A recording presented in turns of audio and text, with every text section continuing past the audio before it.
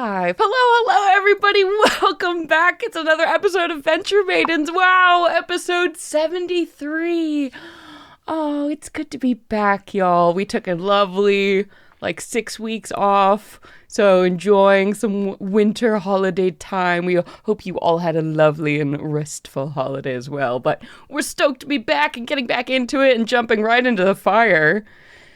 You know, back in hell, everybody who's excited, going to hell, yeah. Woo! Yay! Time with loved ones, fuck that. No more relaxation, no more vacation. Back into hell.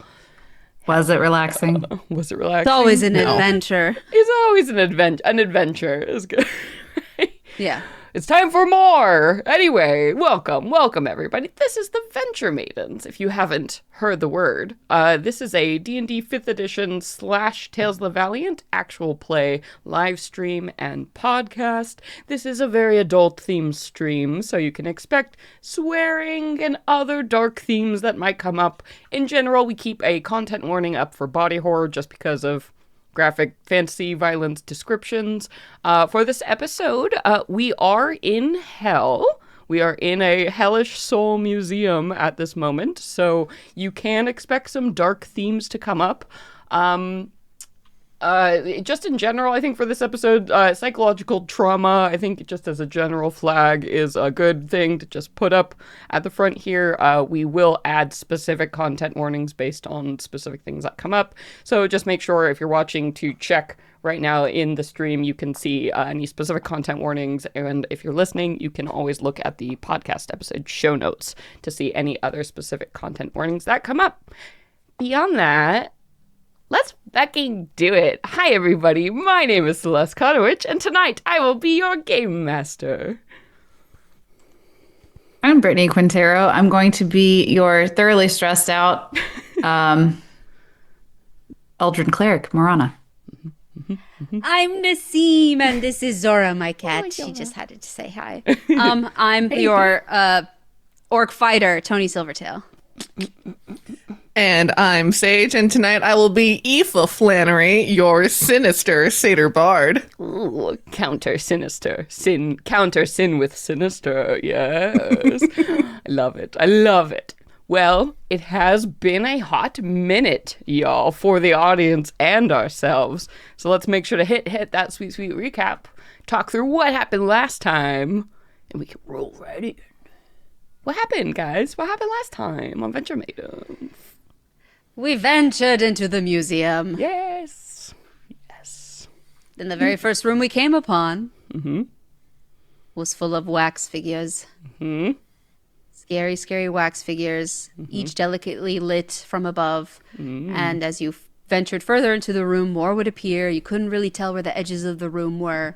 So we started to fan out and Touch everything. Yep. Aoife and Morana got a little experience with some of the figures. What happened when you touched them? What? Because they weren't just wax figures. Oh no. What were they? There were so much more. We later found out after talking to the wax worker when Morana had learned about the creature who had crafted these that they are imbued with at least a portion of the individual soul that's encapsulated in this wax forever. And when you touch them, you would receive this snippet of a very notable memory that would flood through your mind as if it was your own. And so part of the appeal for this exhibit in this museum is for especially immortal creatures like devils and fiends and other things who aren't as practiced with Feelings. fickle mortal emotions, that they get to experience what we experience in our lives and delight in it. Zone, really. Like the touch tanks at aquariums for children. Yeah. Celeste, I gotta hand it to you. That's how they used to record fucking sound in the 1800s when they did those little. Yes, the wax cylinders. Yeah. Oh my. They're very cool. They're very haunting. Just got it. And yeah, some of them were very delightful, and some of them were extremely sorrowful and somber. And eventually Tony found one figure that stood out from the rest in that It didn't contain a memory. It was just a figure of this weird little devil guy who was like, you're not supposed to touch me. I'm not part of the exhibit. Nothing to see here. Very Wizard of Oz. Don't pay attention to the man behind the curtain. But you did. Yeah, the little devilish figure. And as we continue to explore, we noticed that another devil figure popped up.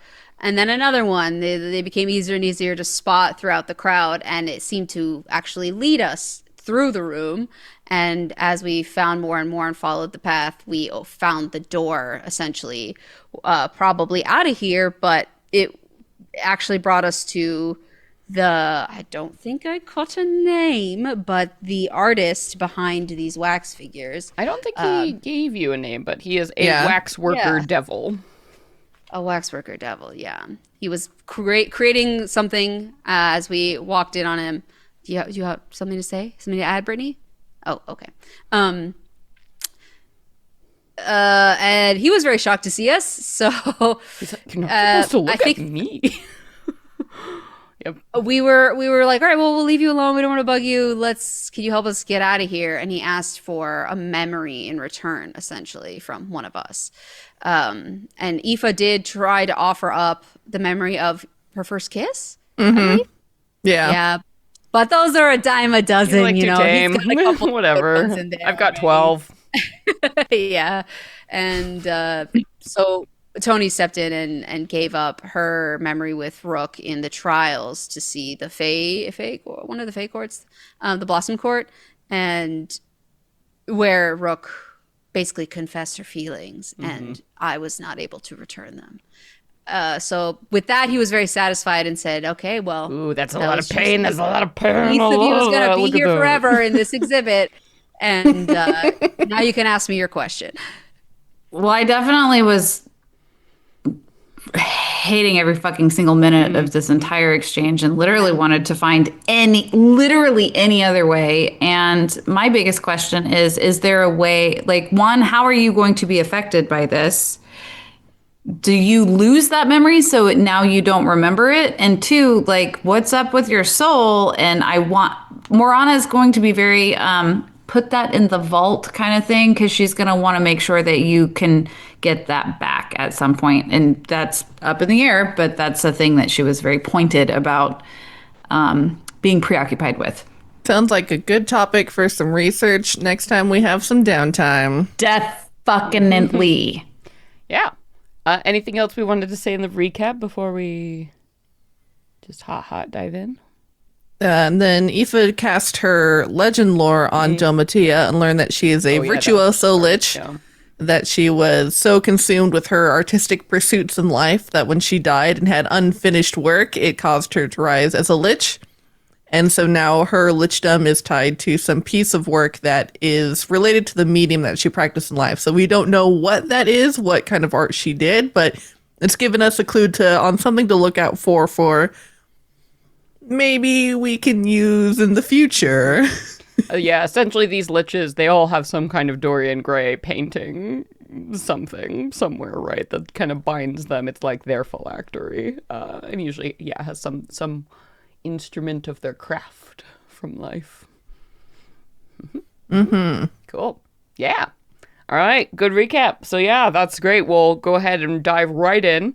And as you all said, where we left you last time, after getting through the gates of the Crystal Museum, you had fought off some of these demons that were there basically trying to loot the place. You had gotten inside to the lobby. You had met Domatia, this strange, now to be a virtuoso lich that is somehow sealed within this crystal that was suspended from the ceiling of this museum. Had a pretty cold reception. And she's basically, the gallery isn't ready yet. Go entertain yourselves while the curator's setting up. It'll be soon. Whatever. And then so you're like, okay, so you went to the hall that sounded the least troubling, and we got to explore the Hall of Memories, which turned out to be, yes, this sort of nightmarishly dark, endless wax museum full of figures who are actually, these snapshots of instilled memories, and you had made your way through and eventually found the waxworker behind all of this. And so now here we are, standing in this like little side office you weren't supposed to find or be in. You had talked the figure into basically showing you the way out, because he had even admitted to you, well, mortals aren't supposed to be able to leave here. That's part of the thing. We keep things trapped here. That's part of the exhibit. So, okay, I guess I'll break the rules, because Tony, eventually, after some discussion, Tony gave that super painful memory about, this conversation between her and Rook and that exchange of feelings or not. So that was great. And the devil was delighted. You all also were like really flattering and really listened to him. You got the feeling that he feels, like a very unvalidated artist in the midst of all of these devils. And nobody really appreciates him, especially not Domotia or the curator. So yeah, you talked him into this. So not only is he going to help you get out of here, but he even offered an extra question. So you can ask him anything basically about the museum or Domotia or the curator, and he will give you an honest, faux-freezy answer, which is a pretty sweet offer from a devil to get. Faux-freezy answer. Yep. And right now, as this is happening, by the way, he began on this process, but when you were, telling this memory, Tony, he had this wax sort of like formless body in front of him when you first entered this really cramped kind of workshop studio. And he has this like large wooden table in front of him with this like full-sized humanoid, wax figure. And he was carving it and chipping away and beginning to paint. And you were seeing it take your form, because this memory, presumably now, this Tony sculpture will be added to the collection, and those who touch can experience what you've shared. So he continues on his work as, you all are standing around in the space. He's just intent on the details, sort of waiting for you to float the question. But he's working with renewed vigor and delight. He seems to be really into this new piece he's making right now. Well, I hope you're happy. And we'd really love to talk about... We'd really like to talk about the curator, if you wouldn't mind answering a quick question. Yeah, I said, yep, one answer, and then I will show you. And he like flicks a little, curl of wax off of like one of your, golden eyes. So the specific question, my friends, that we'd like to ask. I know you guys can ask anything. A for free question. As we all huddle together, like whispering. He's so into what he's doing, he's not listening. So you can talk amongst yourselves as much as you would like to help, for sure. You can talk out of character, too. That's fine. It's whatever. You just want to ask where his inner sanctum is, or where we can find his contracts. And remember, devils like Fae will be very specific. So make sure you're phrasing it in a useful way. Because asking where something is doesn't necessarily help you find where that is. How can we get the thing? No? Is that worse? In what form does he keep his contracts? Because they could be anything from like blood on paper to like effigies of people. Or you have to fall asleep and dream about it.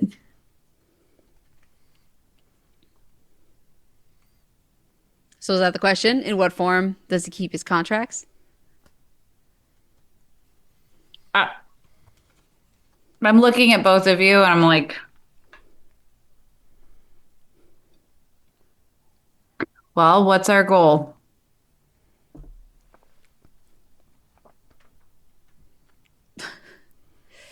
To free the Corellans. That's certainly number one. And secondly, I would really like to find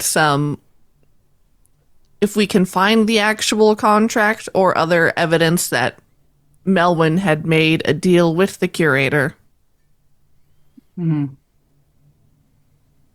So, I'm looking at both of you.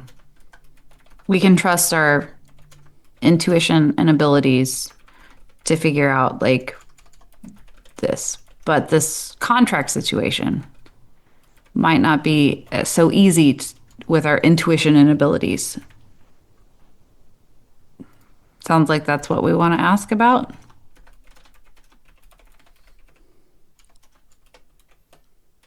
I'm confused about what that means. What is it you want to? Sorry, we can probably figure out like how to deal with the curator and how to find the Corellans and how to deal with that. So what might be more difficult is figuring if we want to hunt down these contracts for leverage or whatever we can do with it. Having the contract from a devil, an archdevil, is going to be very powerful. So maybe our question is going to revolve around that. So, like, how do we find the contracts that he keeps? Yeah, like what does it look like, or how does he do it? Or like, I think the word does that sadistic fuck like weird shit with contracts? Does he have a fetish that he does? I mean, the answer could be yes, and then probably right. So what's his fetish with contracts? I think how can we find the contracts is great. I feel like that's where I was trying to get to before. Yeah. I couldn't read your faces. Sorry, we're all on board with We're all contracts. thinking. But now we have to figure out exactly, since we're dealing with an archdevil, we have to be very particular with exactly the letter of the what law. we ask. We need to be immaculate with the words that we say, right? How can we find his? Oh, if it's got to be very specific because how is super open-ended, right? Is it? Yes. Well, it depends on what follows. Fair. The curator keeps a contract. I think we have to be specific about the contracts that we're asking for, not how we find it. Because, like, what it could be a contract for anything. If one were to look for an archdevil's contract, Be a bummer if you found his catering contract for the gathering. how would yeah. if one were to look for an archdevil's contracts with souls, how would one go about procuring safely? Well, Melwyn How didn't... can we acquire his contracts? How about that? How can we acquire his contracts for souls? I think that is very specific. Like we want to get it. It's not we don't want to just find it. Yeah. We want to don't want to get just know what they look like because that doesn't. Yeah. help you. How can we acquire his contracts? Safely. Without incurring But a be curse careful because you or might walk damage. yourself into it. You can't. Yeah, I think how do we acquire the curator's contracts is pretty good. Yeah. I think that's it. Yeah. I like the addition of the word soul contracts. So you're specifying. Yeah, I would be surprised if Melwyn bargained her soul with him because she's probably That's true. already dished that off to someone else. What? Presumption. Maybe. So She's definitely getting devil power from somewhere, so it's not a terrible assumption. Stop it, Zora. You're gonna eat that how do we acquire the Archdevil's soul contracts? Or just contracts, I guess, if we want. Oh, contracts. You didn't want to specify contracts, Sage. That's a thought.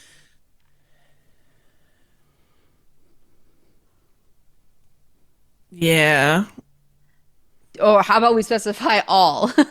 So he can't All. be specific. We'll just say, how can we find all of the Archdevil's I like that. contracts? Yes. Okay.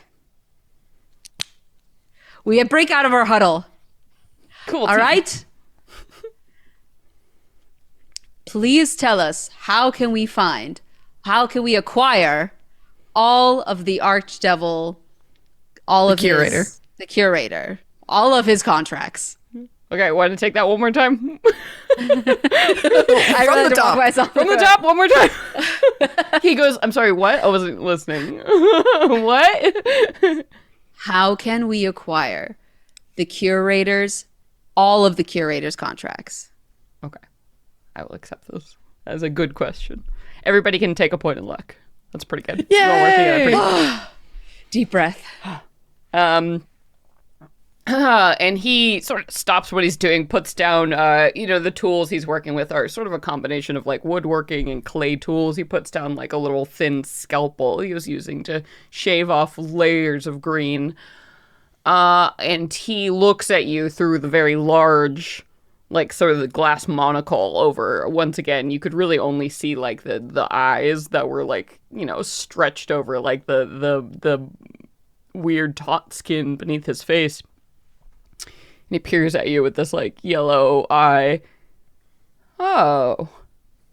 That's what you're here to do. That's a tall order. But good luck, I suppose. To acquire the contracts, you will need to get access to his sanctum. There is a key that he usually wears around his neck. That is the only way in and out. There are no other doors. You need to get in there. I know that's where he keeps them. What defenses he may have on them beyond that, I do not know. But I'm sure it's nasty.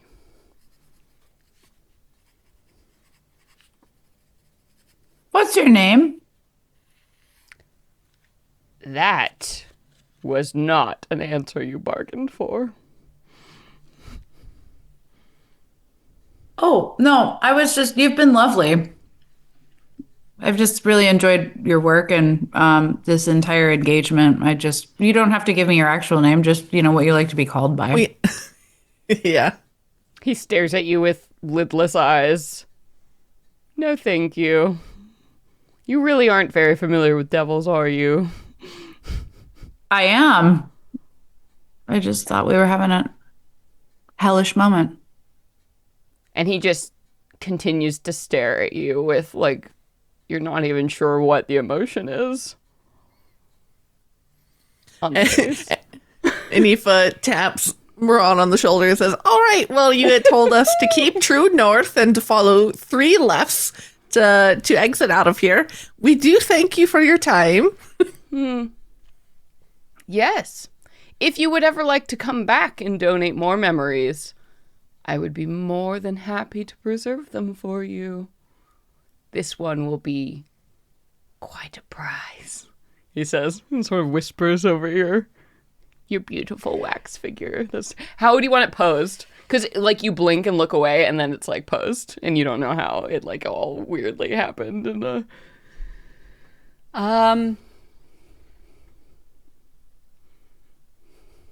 It's gonna be like cape-shouldered. The shouldered cape is facing front. She's looking over it like this. Oh, so far into dramatic. the distance. Ooh, A haunted hero, yes. Yeah. The wind, the world at your I back. love it. Yeah. I love it. He loves it too. He's so fucking happy. What a piece of art he's made. He's loving this. He's like, yep, follow the directions. The door should be there. And, well, if you fail, I suppose I'll see you soon. Maybe even here, all of you, forever, in full. Hopefully Wouldn't that be never nice? again. Have a good rest of your day. Oh. Or night. Whatever. Doesn't. Like, points aimlessly at the ceiling. You're in hell. I can't look at that wax figure of me anymore. So Tony Yeah, it's is really lifelike. It's power walking out of frightening. here. Yep. Wherever true north is. Yep. So you follow. Yeah, he gave you a complex series of directions last time, and you turn the right, and you find before you know it, you turn around. One of these like long rows of figures, expecting to see yet more shadows and darkness. But there's the little plunk of the light sound that you've heard before, as like a sudden spotlight appears on this iron door. Going towards that iron door and kicking it open. It's really heavy. It hurts a little bit, but you look really cool. It's kind of like when I kick the dumpster that's parked next to my car. I have to kick it every time I want to back out because it's in my way. It's a little bit hard at first, and then it finally moves. Yeah. Fuck. And eventually, with the shove, didn't look as cool as you wanted. It opens up, and a bunch of like dust falls on you as you and you get into what can only be described as like a waiting room. It's not very large. It looks like, it's maybe like a 6 by 3 foot kind of space. It's got the same kind of marble walls as before, but the floor here you see is just like wood. It almost looks unfinished. Like this is a section of the museum that doesn't have all the glitz and glamour of the rest. And yeah, it's cobwebby. It's dusty. Like no one has been here a long time. There are no windows or anything out of this room, but you see a set of like, they almost, they're like diamond or like crystalline doors that just reflect, as you step in, and the small light from the door above comes. It's like, whoa, it's like a disco ball of crystal. And you see the plate above this door, and once again the letters shift around and kind of move until they form into the common language that you can read, and it says Hall of Reflection.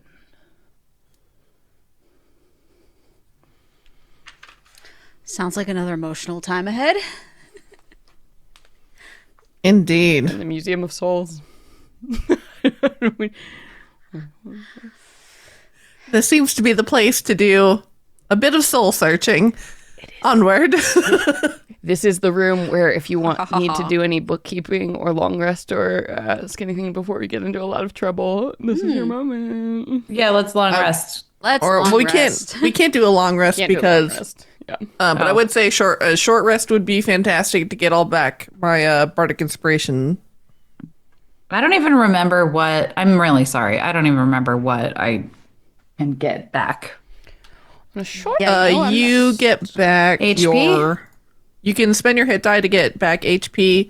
You can also get back your channel divinity, I want to say. Check for it. Might not be for clerics unless, let me see.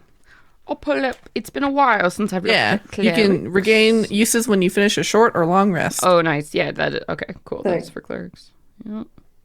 Yeah. Right. Always don't short get rest. any spell slots back. That's the deal. Yeah, that is accurate for sure. Did I spend any spell slots? I don't think so. Yeah, I don't think so.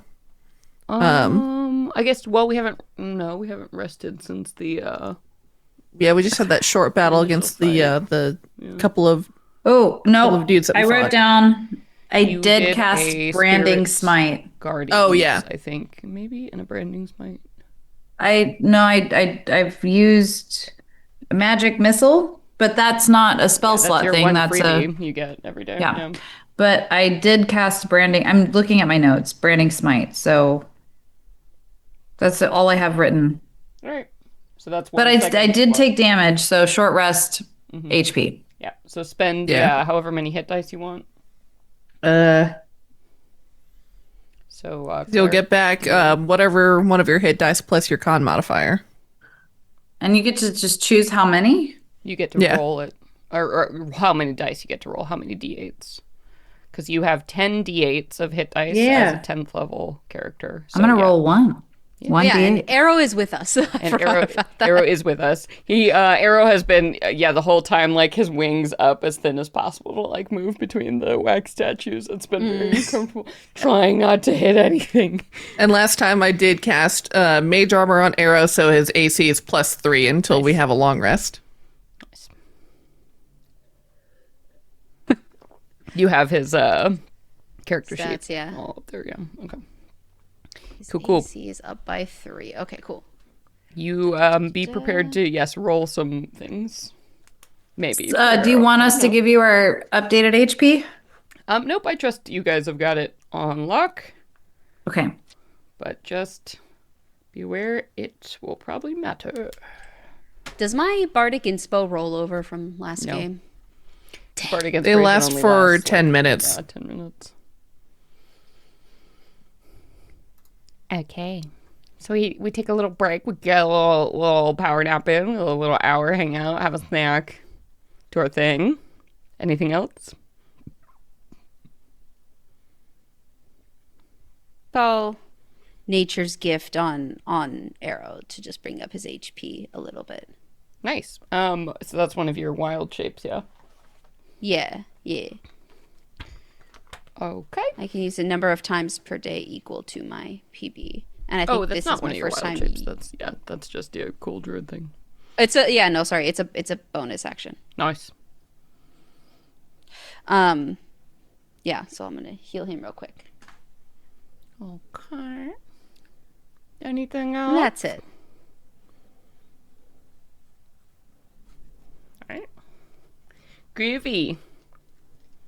You ready to visit the beautiful Hall of Memories? Sure, will be nothing but delightful. I'm sorry, the Hall of Reflection. We're leaving the Hall of Memories. Okay. All right. So you all, when you're ready, rested up, feeling good, you have to sort of find a gap in between already. Like the dazzling crystal of this, like you can see yourself just reflected infinitely. And the way it's carved, it's that distressing thing where the facets, like you can see like 1,000 tiny versions of your own face, like channeling deep within the prisms, like of this door. It's very dizzying and jarring as you do this, but fair enough. You find the door handle sort of carved into the side of it, and you pull it open. Tony, I'm assuming you're leading the way again? Yep. Okay. All right.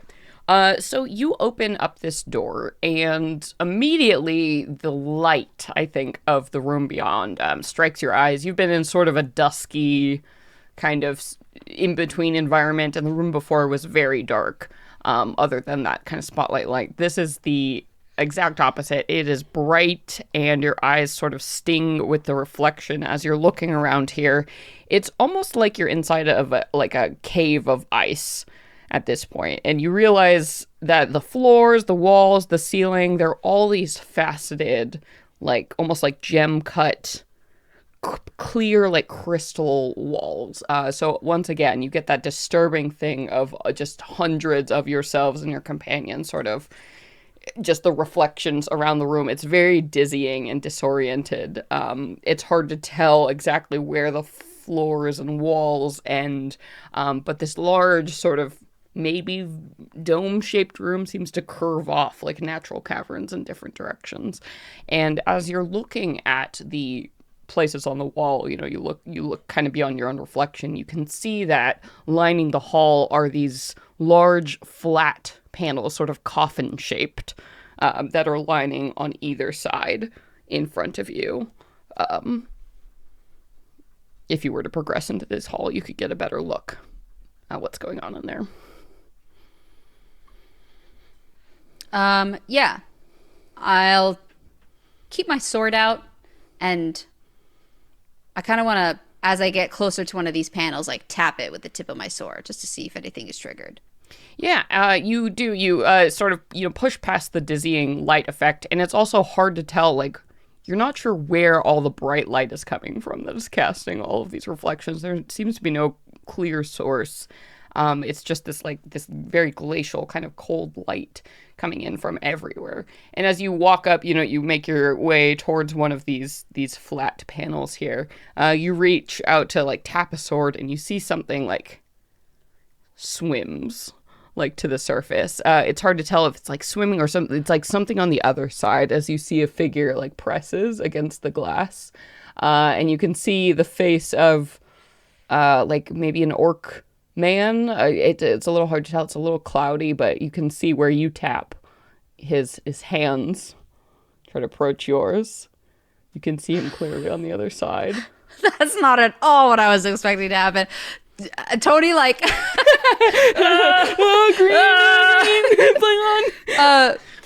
Tony, like, kind of jumps back, and The figure like almost swims back, almost fading away.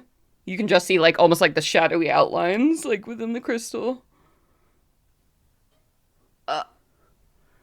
after like, every expression I'm making right now is exactly how Tony feels. In shock, wise-eyed, what?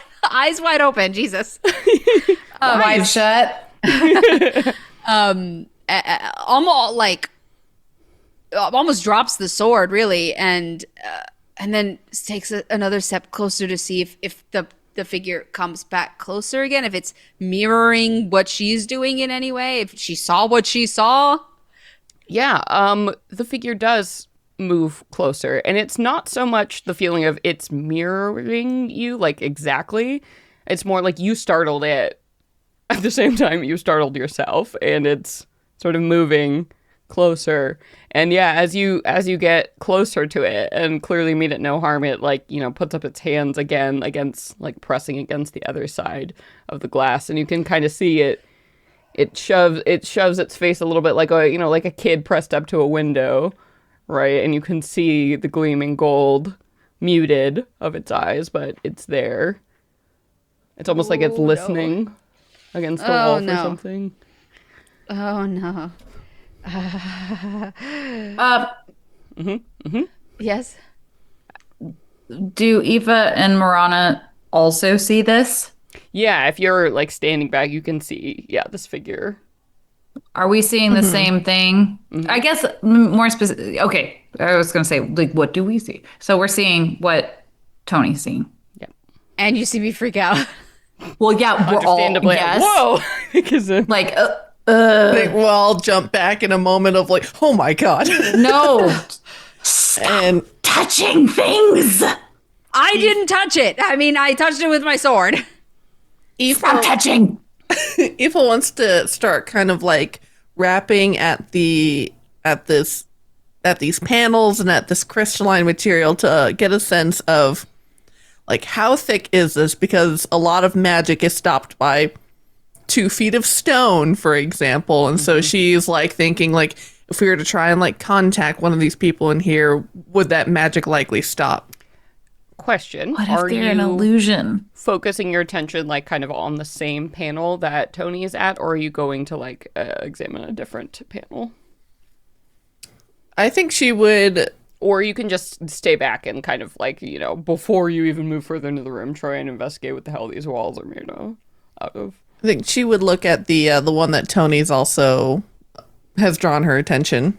Yeah. So you see it, and yeah, it's like there is a person there, just like on the other sheet of whatever this is. And as you kind of feel, you know, the texture of whatever this material is, you realize it actually like slices your finger when you touch like one of the hewn edge. It might be, is it diamond or glass? Like something, it's remarkable, whatever it is. You're not entirely sure, but it doesn't seem to be a standard, like, you know, this is definitely not a natural structure, as much as it's like made to look like a, you know, crystal cavern or like ice. Is not. It's some kind of, man-made reflective surface that these things are seemingly trapped behind or within. And but you press against it and you can't see. It's like clouded quartz kind of beyond, you know, wherever these things are. It's foggy and unclear on the other side. She pulls back her hand and she sucks on the tip of her finger to stop the bleeding. She goes, ouch! Certainly be careful with touching it. That is razor sharp. As like a drop of your blood like trails down, you see the orc man on the other side. He, you know, traces like with a hand on the other side, like a raindrop on the other side of the window. Oh. Yeah. First of all, I told you to stop touching things. Who has paper? Actually, I have paper. I pull out some paper, and you see me struggle with paper. as you watch me try to write a message backwards. So like when you hold it up, it reads properly. Assuming that it's the Hall of Reflection. So she's assuming to write it like you're going to hold it up to a mirror. Okay. So she writes down, what does she write down? I need help. Please help me. What do you want to ask them? Like, Yeah, like are you? What should I ask? Like, are you alive? okay? Are you stuck? Do you know what I mean? Like, I'm what's so excited. happening? Like, can you? No, that's dumb. I look up at you guys and I'm like, we're gonna pretend this is a mirror, but like, are you alive? Are you alive? I think first things first is like, do you understand common to ask? Because like, Can you read this? yeah, like who you are doesn't matter if they're trapped. Sure. Are you trapped? Yes, obviously. Are yeah. you alive? Not relevant. Yeah. Can you read this? I'm just gonna write. Can you read this? And then it's mirrored, which is hard. That's hard to do. And I look at, I'm like, and then I just like hold it up on the thing. Yeah, and you like Without touching it. So you're like holding up with your fingers, pushing the glass against it, and the figure kind of swims a little bit out of you, to look at it as if they're reading, and you hear like a very thunk thunk against the glass. You see they're pressing something against the other side that's kind of appeared in their hands. What is it? I don't know. You've got a paper pressed against it. Oh, well, of course I pull it down. Like, yes. And you see in very like clumsy and unstudied script the words "beware," and you hear thunk, thunk, and the figure has to like swim sort of backwards. It's like they're tapping right at you. Oh, this is spooky. I'm gonna look behind me. What's behind us? What's your passive perception? Because I'm like, I'm sorry, real quick. That makes me want to look over my shoulder. That's a good instinct. Aoife's is 19. Passive perception is 14. Ooh. Okay. All right. Sleepy. You just came from the dead. Fair enough. So all of you are like, what? And kind of like look behind. Aoife, with that, you would be the only one fast enough to see reflected in the other like big panel, because it's kind of like these things are mirroring each other down this long hallway. You catch the flash of a figure who's clearer and sharper, like more like a true reflection than whatever this figure was, of a woman, a curvaceous, beautiful woman with rose-colored, dusky skin, long, silver twining hair. Someone who reminds you so much of someone you've seen before. And you hear, I swear you hear the tinkle of laughter as it disappears. It's like like an image that flickers. And Aoife whispers, Lou? And Tony whips around. What? Where? What? Who? Not Lou, but one of a certain set of sisters you've seen before. It's been a long time since you've seen Hecate. Dancy and Prancy. Mm-hmm.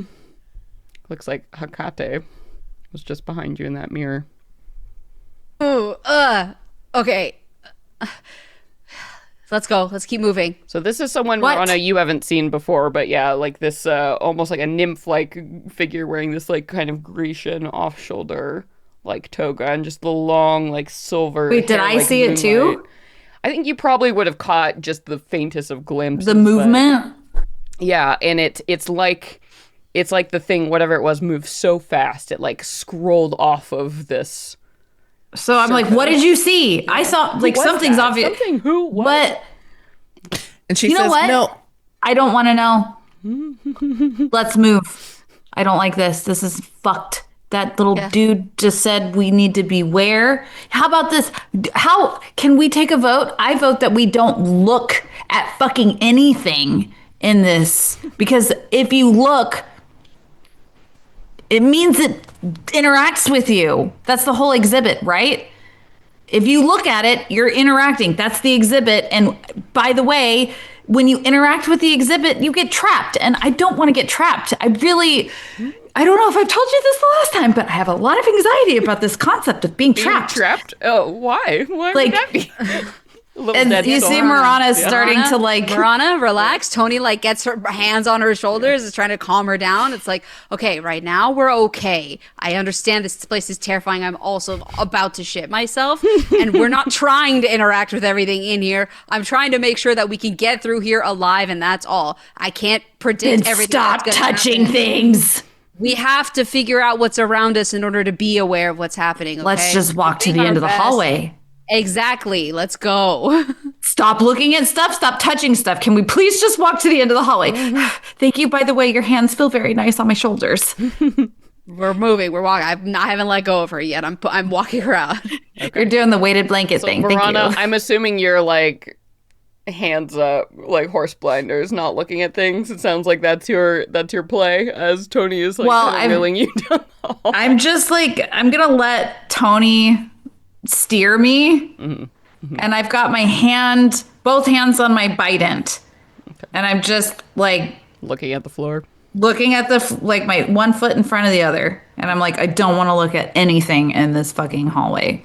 But like my ears are pricked. I'm like I'm not like so shut down that I'm not able to react or respond. I'm just like self-soothing with this process. Yeah. And so you're beginning to like kind of navigate down this hallway, and you're starting to realize the curvy and weird nature of this light. It is built like a natural cavern, right? So you're not coming to the end so much as like the end is sort of like tunneling and turning, right? Like you're going to have to go through a whole tunnel of whatever this is, and you keep confronting these large things. So Tony and Aoife, what are you all doing as like Marana is keeping focused on the ground? I still stay in front. I've eventually, like, after making a little around one of the curves, I like place one of Marana's just tell me hands. what you're doing. We don't make it around the curves yet, but that's where you're. Well, I placed Marana's hand on Arrow so that he can guide her and help her calm down a little bit. And I still am staying in front. You are getting a very uneasy feeling from Arrow as he's letting you know there's, and he tries a couple times. He's like, there's never mind, that sort of like doubting himself, but eventually he's like, there's something in this room with us. It's not just an illusion. There's a creature here, but it's hard to sense. Like, it's not, I don't really know how to describe it. And Aoife, what are you up to? What's your policy as you're all shuffling down the hallway? Aoife is really, really torn because once it kind of crystallizes in her memory, oh, this is one of Hekate's like sisters, Aoife really wants to stay and be like, try and communicate with her because she's like, oh my god, this could be such a big ally, right? Like. Such an opportunity, but seeing Tony and Marana just starting to beeline it down the hallway, and Aoife, she looks back over her shoulder, back towards where the shape had appeared and disappeared back into the gray quartz, but she immediately starts shuffling behind the two of them, and she will start one of her bardic performances, one from her secrecy subclass, her College of Secrets subclass, called Velvet Lullaby. Ooh. And so as she begins playing this, it's very cool. I'm very excited about it. Can't wait.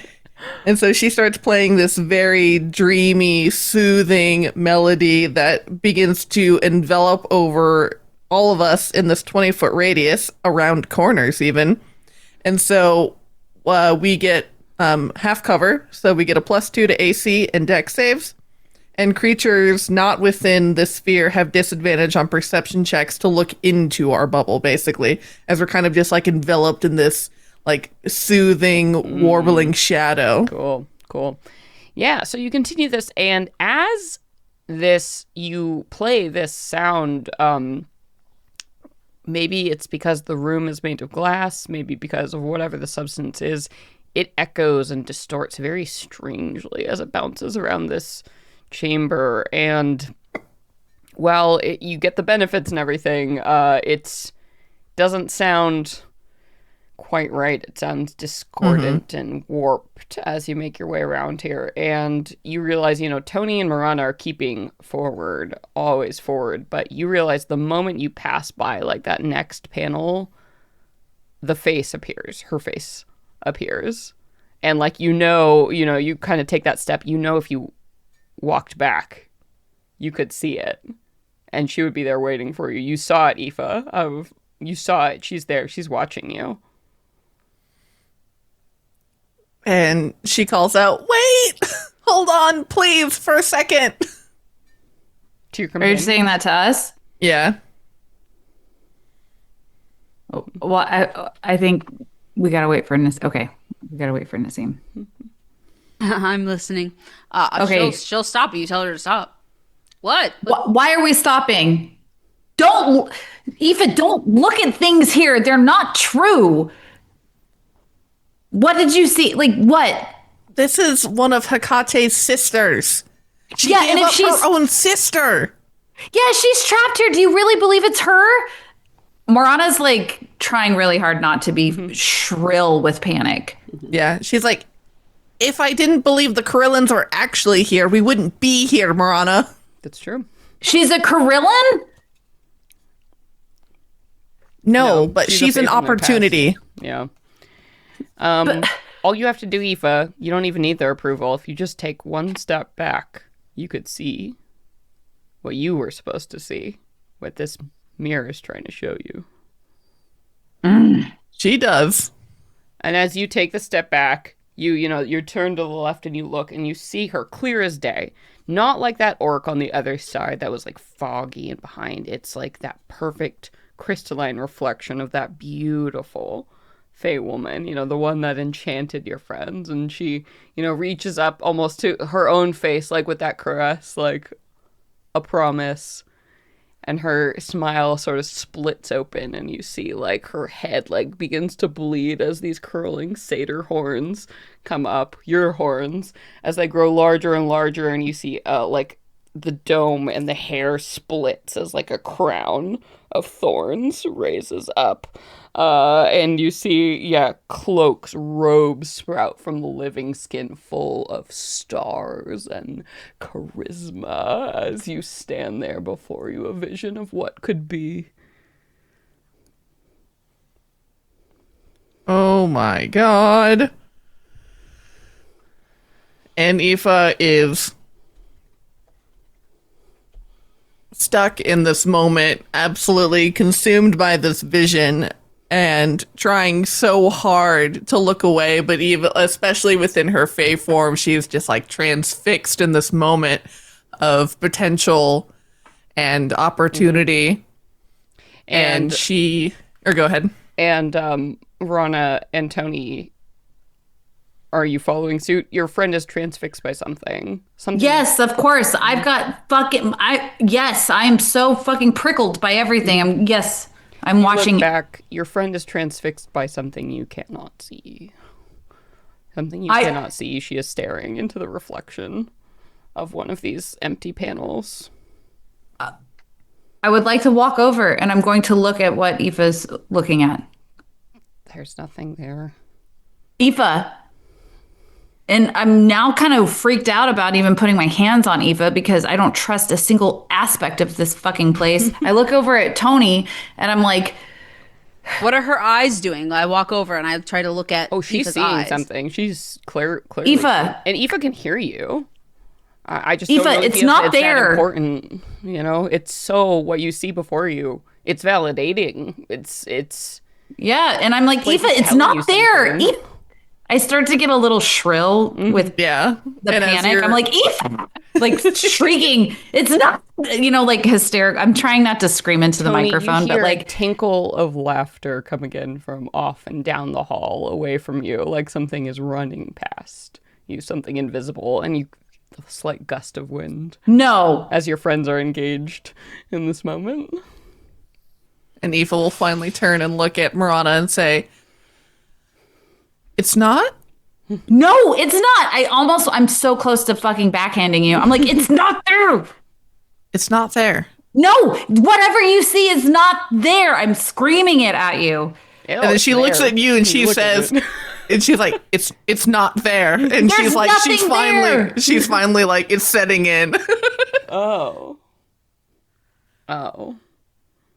I'm going to put my hands on. It's there. You can see it. You can see it, Aoife. It's not going away. It continues to with wave. Aoife saying that's my cue to put my hands on Aoife. Like on Aoife's shoulders, the way that Tony put her hands on my shoulder, because for some reason that feels really nice when you're freaking out or not there. And I'm like, do a gentle shake, like it's not. And I more calmly, with compassion in my voice, like there's nothing there. It's an illusion. Remember, all of these are traps. Yeah. Okay. Tony also not being able to see whatever it is Aoife is seeing is just choosing to not trust what she's hearing and is solely focused on Aoife and trying not to take her eyes off of her companions. All right, guys, I think the smartest thing to do here is keep moving until something literally stops us in our track. Zora, bad timing. Zora, get off my keyboard. I think her pets, Lucy literally hears me like yelling and she's like, "Are you okay? What is happening? Mother. Mama." I've done nothing to you. I just want to point No, this is good. I'm letting you destroy yourself. This is good storytelling. I do this when I read books. I yell at books when I'm reading them. I've been tricked by these sisters enough times, and whether they're here or not in any form, I do not trust them, and I will like to keep moving. Also, even if the people that you see are trustworthy, do not trust this place. This place is meant to fuck with us. We're in hell. It knows our soul. It wants our soul. Don't give it to this horrible place. Speech. Cleric speech. Good. She Don't says, look or touch anything. Don't look at it. Take a luck point for indulging the fantasy. I feel like that's very Aoife. Because you did see something really important there. You know it's important. You know it's what you've been thinking in front of you for the first time. Feels pretty good. And she's just muttering under her breath the whole time as we're now storming down the hallway. It's not there. It's not real. It's not there. Yeah. And as you continue down, with focus, Tony, you can't help but hear it. It's like something is in the wind. Something invisible is moving just beside you. It's almost like a child, the way you almost sense it skipping or like jumping, like with delight, and like that every once in a while the or like it's like blows like your hair, like there's something there, like it's messing with you, walking alongside you as you're moving along. And Arrow keeps looking at you concerned. Like, what are you? I'd like to add, I'm watching both of you like a fucking hawk. I will share with the other two that Arrow does sense something is here. So I will say to Marana and to Aoife, even though we're not seeing whatever it is you saw, Aoife, and it might be trying to show us different things, there is something here, and Arrow can sense it. It's just it's probably trying to mess with us in different ways that we can't understand, and we shouldn't try to unless it literally stops us. So I think that's the most important information that you have shared. By the way, both of you are acting weird. I can see that your head's turning in a weird way. We just did this with Aoife. So this thing is fucking with you. And guess what? It's probably going to fuck with me. And let us all fucking think about this. You just said there's a thing here. So we're being hunted. Yes, exactly. So now we need to get in gear and Yeah. either try to hunt this thing. And that means you have to stop listening or seeing whatever it is you think you're listening or seeing. Sure. I'm actively trying to. And Are you what's happening? Well, you're What is your Something is experience? laughing and giggling. Something's Yeah. laughing and giggling around me. I continuing can't to hear like that. kind of walk forward, and you are winding your way, so it's like you're making progress wherever this is going, but you haven't seen a Celeste, door this yet. is, by the way, I'm having a blast. yeah, hearing that Tony's like sensing something, laughing and giggling, and Arrow is like also sensing this present. Aoife, she's picking up playing and keeping up this bardic performance. She does like a quick like trill on Swan, and as she uses it to cast see invisibility. So unfortunately, she can only cast it on herself. But if it is invisible, then she's like hoping to be able to catch a glimpse of it. Sure. And yeah, So you play your clear little notes. Do we see any like change to Aoife's eyes? I don't know. You have a new secrecy thing, so is there a new cool little hint as you get that spell? ooh yeah, I think there's like a swirl of black smoke that comes out of Swan and then twirls around Aoife's eyes, so it's almost like she's got like little glasses on. Yeah, so yeah, if they Oh, like and that's swirl into these, they look cloudy from the outside. I imagine they're these small, kind of delicate, like really out of their time sort of glasses with that like cloudy gray. And as you look around, I think it's hard to keep yourself from reacting to what you see. It's like there are, I don't know, maybe 50 or so people around you, and you suddenly see them clear and sharp as day, but they're like made completely of gray smoke. So like the clearest outlines, you can't really tell any of the definitions of them, and they're all pressed like sort of swarming around you like these shades. And the moment you become aware of them, they seem to quiver, like their forms hesitate and turn towards you and get the feeling that they're very upset that they've been seen. You have like a very short window of time here to do something before something happens. And Aoife says, "We're surrounded by shades." She immediately blurts out, "Oh my god." I don't know what a shade is. Can I do a...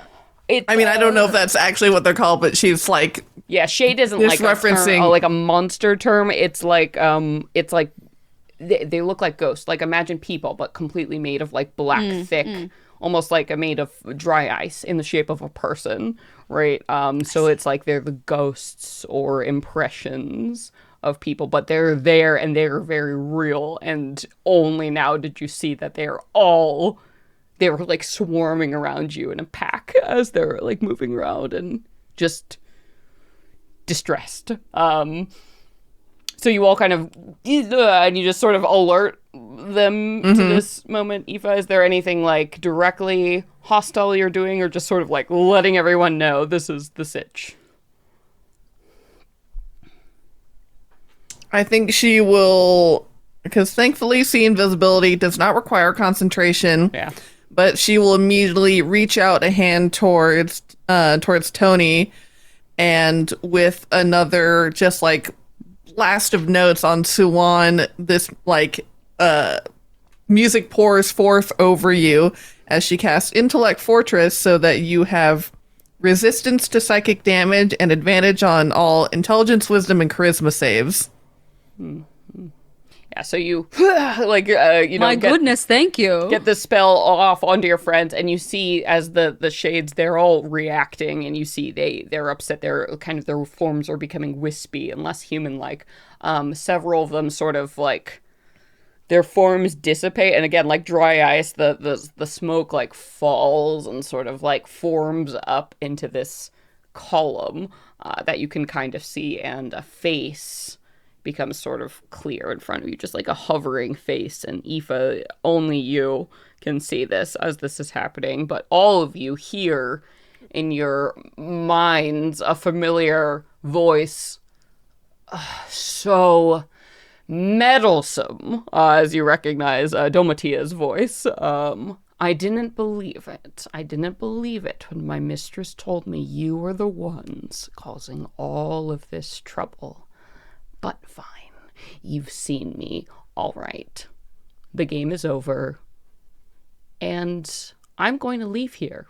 It's time for me to leave this pit. Even if I have to wear one of your skins to do it.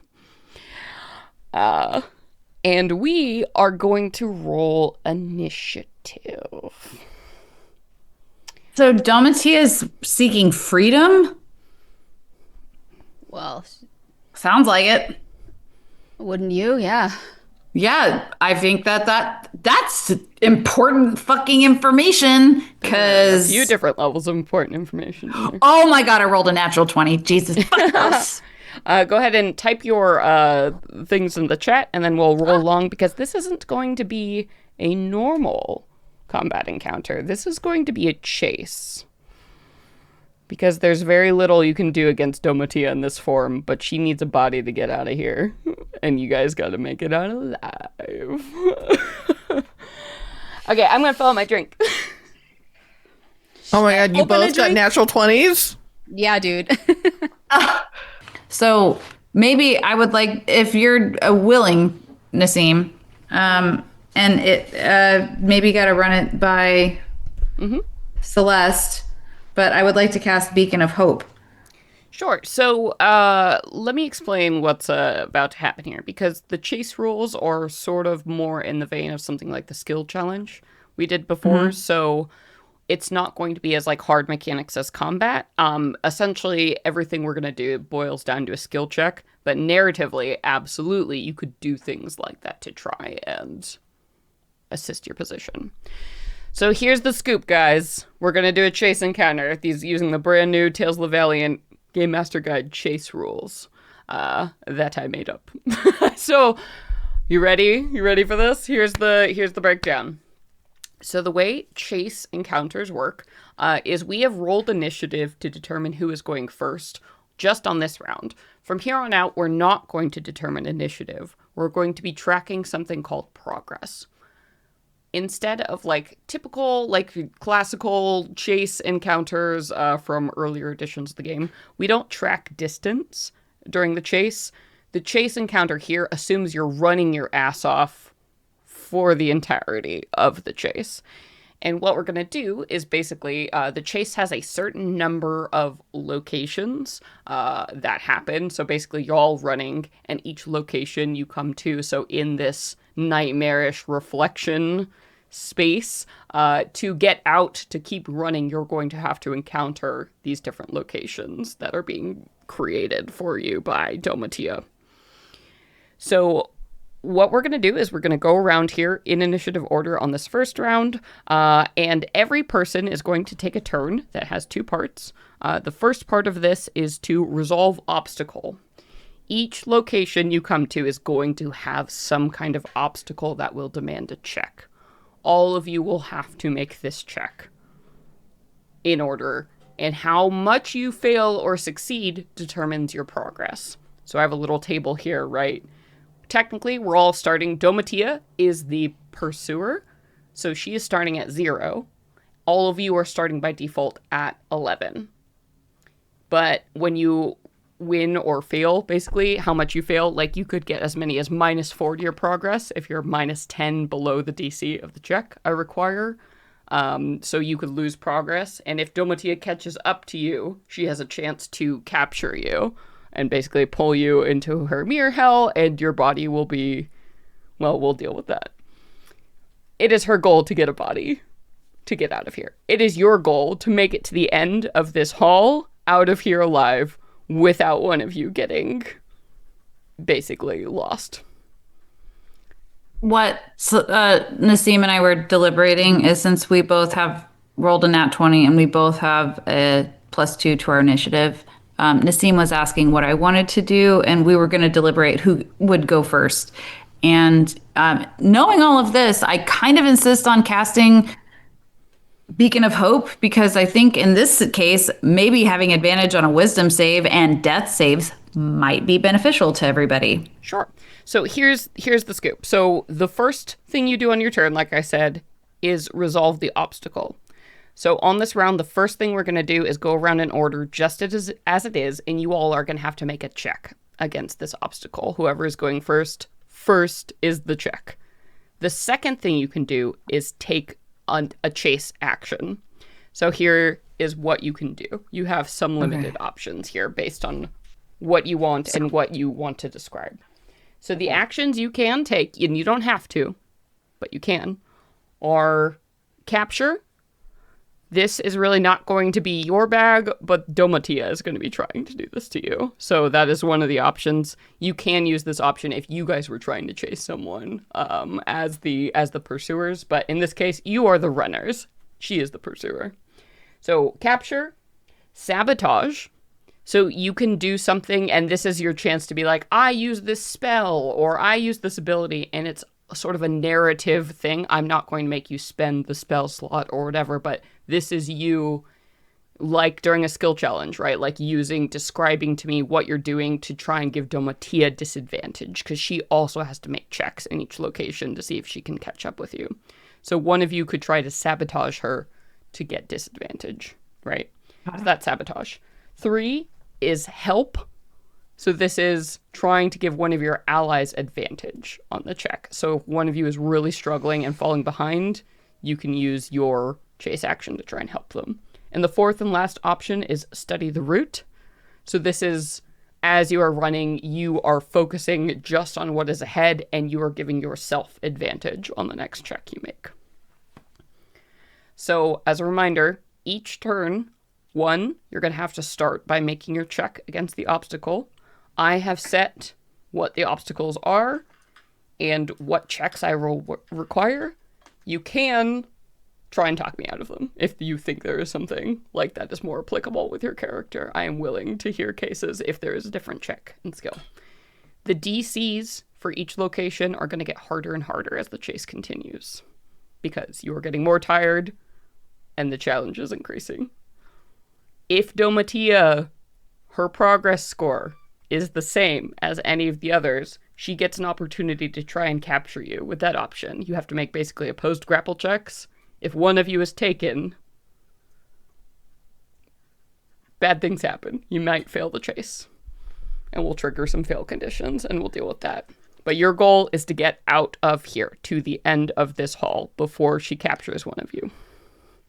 Okay, so just the basic order of things we could do was check against the obstacle, catch, sabotage, you have to help. check against the obstacle. That's all the first thing you have to do. And then you can choose to take an action, which is capture, sabotage, help, or study the route.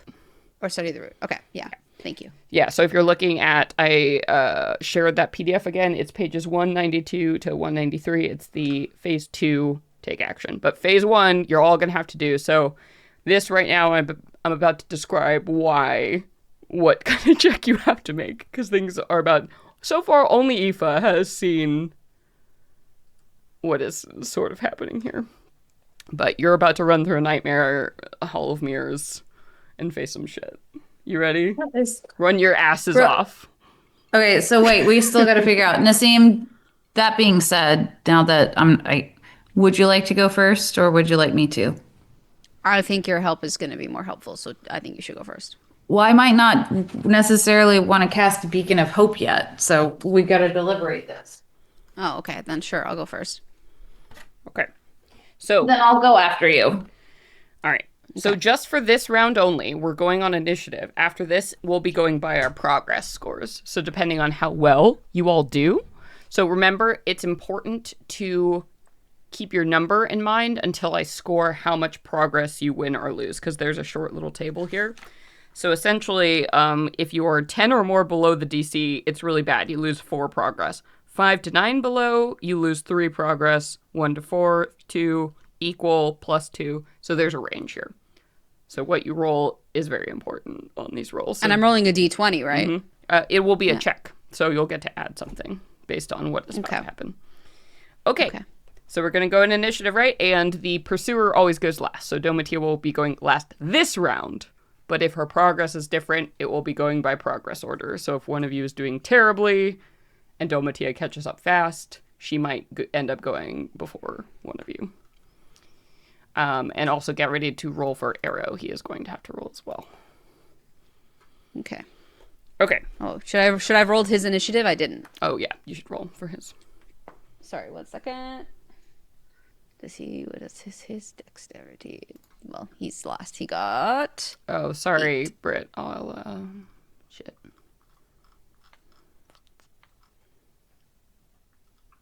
Oh, yeah. I went one sorry. page earlier for the PDF I shared. Sorry. Yay. Oh, no worries. I got Exactly the wrong page. You needed that exact last page. the one. I know, right? Ain't that No, always it's the okay. way? I just want to make sure I'm like following No, properly. that's good. Man, the PDF, it drives me crazy when they don't know. Sorry, I don't the same have as to- the physical book. Yeah, no, it's all good. No, this is good. This is helpful. Also, let us not. I can look at it later because It's okay. I'm here. I think I remember. Sorry. I put the 5-word summaries of what the main Thank actions you. that we could use in the chat. Even better. All Even right, better. That'll be fine. Thank you. And we'll figure it out. There are not Thank that many you. things to do, which is nice. So it's a pretty streamlined system. So we should be able to figure it out. My butthole is so puckered about this that I'm not going to remember a lot of details. I need an index card because I'm excited. Yeah. All right. So, as you all hear, Aoife is talking to someone or something, and there's there are shades here was basically like the last thing Aoife said, and this thing coalesced in front of you. Aoife, the rest of you can't see this smoky face, but Aoife, you see it bursts apart, and all of you begin to see this face, Domitia's face, reflected thousands of times around you from every surface of this faceted hall, from the floor, the ceiling, the walls, just this laughing, cackling, like pale face, and you see, her hair flips back, and you see the skull eye with that shining, that gleaming, like just yellow orange sort of like ball of light that tells you she is so inhuman, and this cackling roar.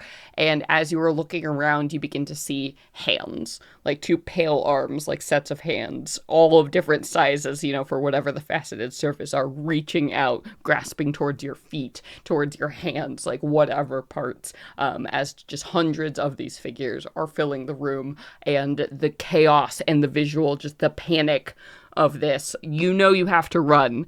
Everything in your instincts are screaming. But the problem is, with this reflective space, it is so hard to see what to do and where you're going.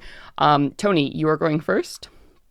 Yeah. You need to make fucking sense of where to even run to find your footing and continue forward. This is going to be a wisdom perception check to try and see how much progress you make on this chase as you begin to run.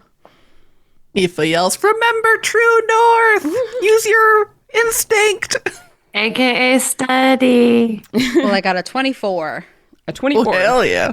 is incredible. All right, so 10 plus, let's see, well, what was the DC? Oh, and this is the thing. Okay, 24. So you are 10 plus over the DC, which is the best scenario you can get. So you get plus 4 progress. So that means, Tony, Yes. you are at 15 progress. So that is solid. I'm at 15 progress.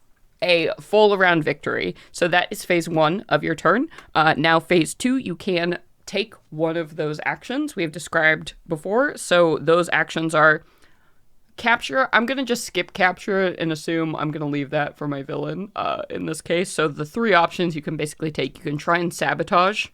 So you'll have to give me what are you doing to sabotage to potentially give Domitia disadvantage.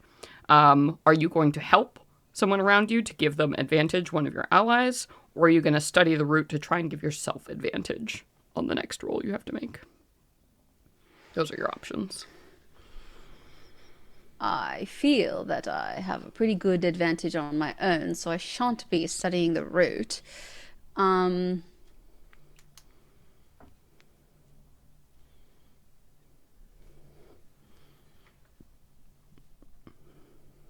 But keep in mind, the checks are going to change every time, and the DC gets harder every location. So it may not be wisdom perception next time. It won't, in fact. They're all different. Intentionally.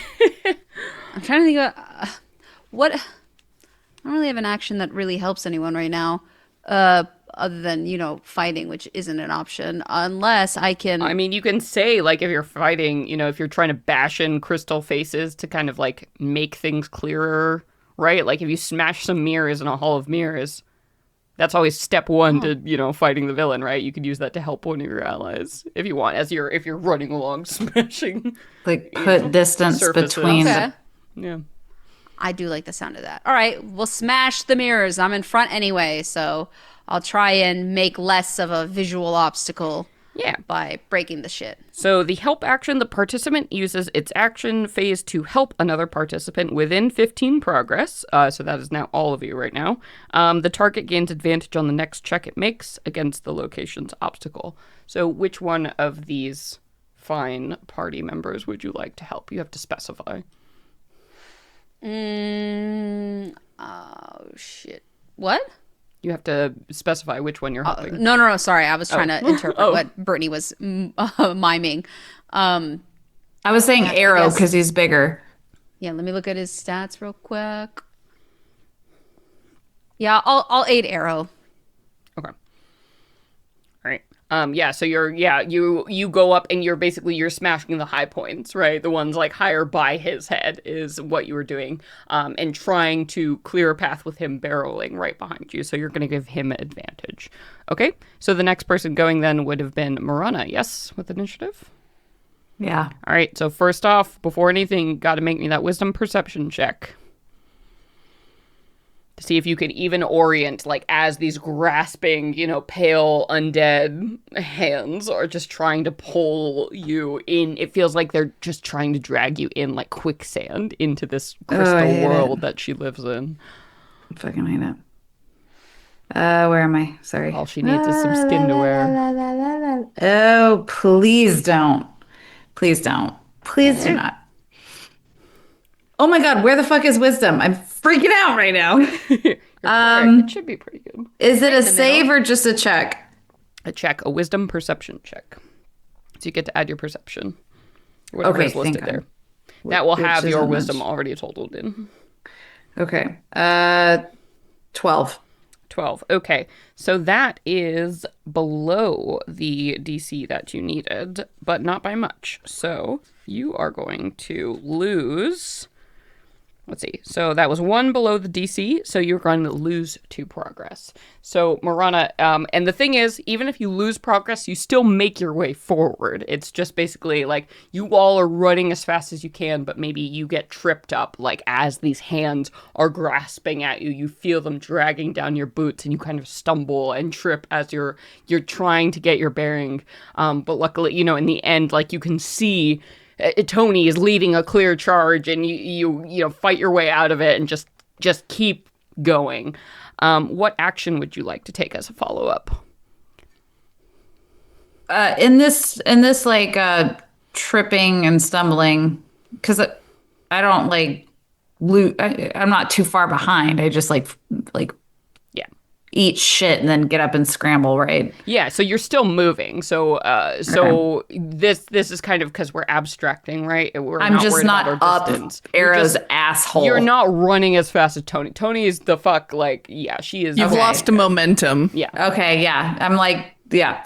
I think that in my this is deeply emotional. I'm trying, like, in a moment of panic, like things actually in crisis. I like this is kind of one of those like traumatized responses where time kind of slows down, even though I kind of ate shit and trying to move.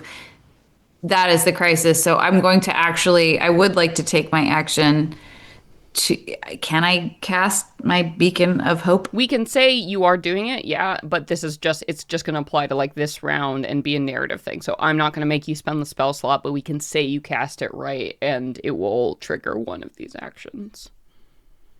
So I would say beacon of hope. Yeah, I think having a wisdom save and yeah, so essentially we're just making this narrative. So you can say, I'm casting Beacon of Hope as I do this Yes. to help my ally, right? And then Yes. we're going to rule it like that. And we're not Yeah, going to worry yeah. about the specifics of the spell. Yeah. yeah, I cast Beacon of Hope and in weird way it gives me hope. So I get up and fucking book it. Cool. So are you doing the look ahead thing? Because you're giving yourself advantage on the next check, right? So study the route. Yes, I want to. Yes, I would like to have advantage on clearing the next obstacle. So basically, you're like, okay, figure it out. You're like in yourself. You're like, okay, center in that moment of panic. So you have advantage on the next check. All right, I'm making a little note. Okay, wonderful. All right, and then we come to, is it Arrow or Aoife? I think it was Aoife got a 14. Okay, so Aoife. What's up? Go ahead, girl. You got to make that perception wisdom. Oh, yes. Everything is happening so fast, and this is so fucked. And also, you're seeing the shades still, which is extra distressing to you. You're like, are they part of her? Are they not? Like, it's mindfucky. Yeah, she's like whirling around trying to figure out which direction to go, and she hears Tony's footfalls dead ahead of her, and she gets a 23 on her perception check. She's like, this way. Wow. All right. You guys. Okay. So you are 23, you said? Mm-hmm. Okay. So like Tony, you do exceptionally well. You are 10 plus over the DC. So you get 4 progress. So Aoife, you spring literally on your little hoofed feet into action out of this like circle of shades that you've come into and find purchase and are able to continue running. What action would you like to take? And as she knows she's going to have to drop her bardic performance because she's not going to be able to run and play, but as she uses that last bit of magic to kind of use the shadow that's been formed over all of us to make this sort of barrier behind us, as she will take the sabotage action to give Domitia disadvantage. Love that. All right, disadvantage. Cool. And then Arrow. Our boy, so he's rolling with advantage on his perception wisdom. Perception. Thanks to your leadership. Wisdom, okay. So yeah, so for monsters, you're just rolling that wisdom and adding whatever number is there. 17. Okay, that's pretty damn good. So that is 1 to 4 over the DC, so he gains 2 progress. 2 progress. So not bad. So Marana is definitely a few steps behind, but everyone is still pretty close. So now Domitia is going to make her roll with disadvantage. Okay. All right. And what is her? Okay. All right. So she is 1 below the DC, so she loses 2 progress. So that is good news. Nice. But it'll catch up quick. So you see, as you like, all of you, find your footing and like roll ahead as this is happening. She seems so consumed in that like manic moment, and you all hear just echoing, like screaming behind you. I'll get you. I'll get you. I know every little crook and cranny of this sick little pit. You will be mine. Echoes down the hall as you careen down these like winding corridors, and you get to a point where you see a set of like metal doors in front of you. It looks like burnished, like gleaming copper doors that you can see like your reflection in, just like down at the end of this like a mine shaft hallway. All right. Can Arrow take an action too? Oh, shoot. Yeah. Oh, I'm so sorry. Yeah, he didn't take an action. Yeah. Okay, cool. He can't give double disadvantage on, it's already been given. Okay. Then I'm thinking that he could help by almost like taking a pace. So wait, he can't help because everyone has gone. He was the last one to go, but the best thing he could do is study the path ahead to give himself advantage. Oh, okay. Well, I already gave him advantage on the next thing. Oh, no, that was this round. Gives you on the next one. You're right. Okay. You will study the route. Okay. Give himself advantage. Yeah, so the help someone, you can only do that if you're a player who goes before someone else on the turn, right? Because you can't, it's like helping your friend behind you. He was the last one, right. So yeah, other than the villain, so. Okay, cool. So he will have advantage. So so Tony, you as the one, or well, Aoife and Tony are neck and neck at 15 progress here, leading the pack as you get to the doors and kind of fling them open. And you see in front of you is a very narrow but tall hall that seems to be made completely of like chrome metal panels, like shining, like so you can see yourself mirror reflected in each surface, just winding down the hall in front of you. And as you step, you continue moving forward, you can see a door at the far end, like the black gateway at the far end. You step in, and Nassim, the moment Tony's foot like hits the edge of this metal, shapes start to emerge like statues, half statues from this wall here. And you see 7 figures, all of them bearing these like sharp implements. And as you look at them, there's something familiar about them. The one closest to you, this gorgeous individual with long hair strewn with flowers and like vine-like arms and legs. Is that the green lady? And beyond, an antlered individual with this like ice frosty crown, and this large creature with wings like a falcon for arms. It seems to be the sovereigns, or imitations of them. Something, this like rat-faced figure, and like Hecate at the end. They step forward bearing these swords, stabbing them out like automatons, right, into this like metal hallway that you have to make it through, Indiana Jones style. So here we go. We're going to start with, so Aoife and Tony are in the lead at progress 15. Which one of you would like to go first? I'll go first. Okay. All right. You are going to have to make me a dexterity acrobatics check to make it through here without being impaled by these automaton swords of the sovereigns as they're going and stabbing into each of you, moving with these almost clockwork fluidity. 21. Nice. Okay. So the DC is higher in every single room you're in. Just letting you know for the math. It starts a little bit higher and then it gets much higher very quickly as you keep going. So with this, I'm sorry, what was the number? 21. 21. Okay, so you are less than 10 over, 5 to 9 over DC, so you make 3 progress. Nice. What are you doing to get around the swords? What kind of cool backflip shit?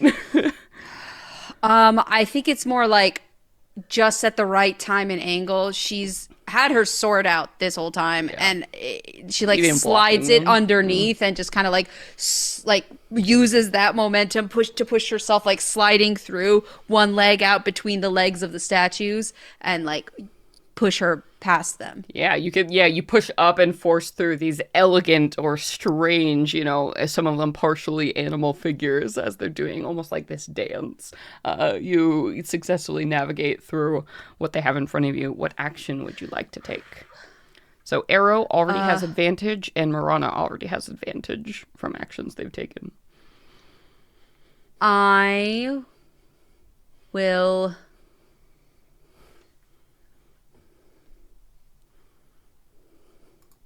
I think I'll try to help Aoife by doing from behind, like as soon as I make it through the other side behind them, see if I can like slash 1 or 2 down with my sword and clear a path for Aoife. Yeah, absolutely, because Aoife's like right behind you, so totally like if you're cutting and like swinging up in big arcs, making that path even clearer for Aoife. So go ahead and Aoife, we move to you as you get that Dex Acrobatics. You're rolling with advantage. Woo! Through the Sovereign Swords.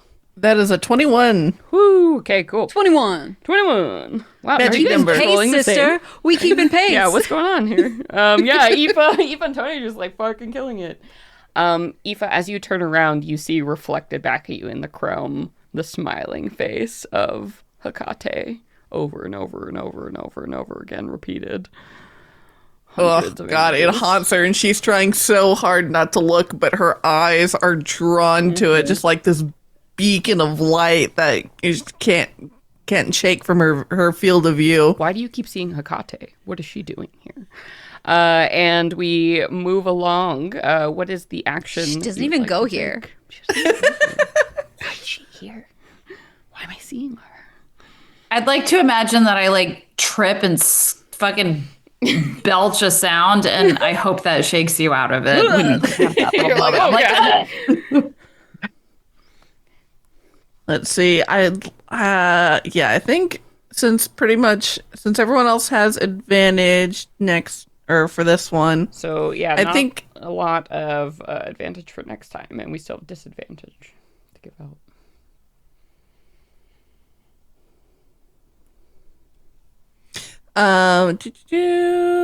We don't know what could be next. It could be something Aoife's too. Yeah, I think Aoife will study the route. Okay. As she's like looking forward ahead while Tony has like cleared this perfect path for her. She's like trying to focus on the next thing that's coming. You can't look at Hecate's face anymore. She wants you to look.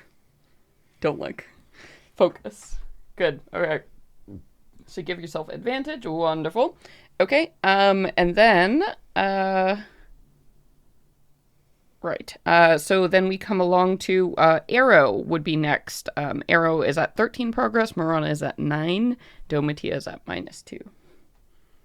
Doing okay so far.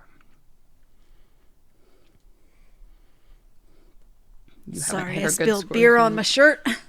Okay. He has advantage right now, so He does. let's do this. What's he rolling? He's rolling a acrobatics. This is dexterity. Or so, dexterity, for you. yeah. Dexterity acrobatics. Yeah. Ooh, we studied that route. Ooh, and it sure came in handy because we got 14. Okay, that is equal to the DC, so you get +2 progress. Okay. All right, So all right, he's bud. at 15 progress. So he barely makes it. He kind of flies as much as he can over it and like kicks, a couple of the constructs in the way, but you see he gets stabbed by a couple. He's going to go ahead and take let's see. We'll give him No, my baby. 7 damage just being stabbed by the copper. He's so big and they're just he's going to take some bruises. This is going to get more and more dangerous too, so hold on to your butts. All right, Marana, it's your turn. Go ahead and make me that dexterity acrobatics check. And you're rolling with advantage because you studied the route. Wait, so Wait, no, I get my action as well as Arrow. We Oh, keep I'm so forgetting sorry. his action. Why do I keep forgetting Arrow gets an action? Yes, Arrow gets an action. I'm so sorry. That's okay.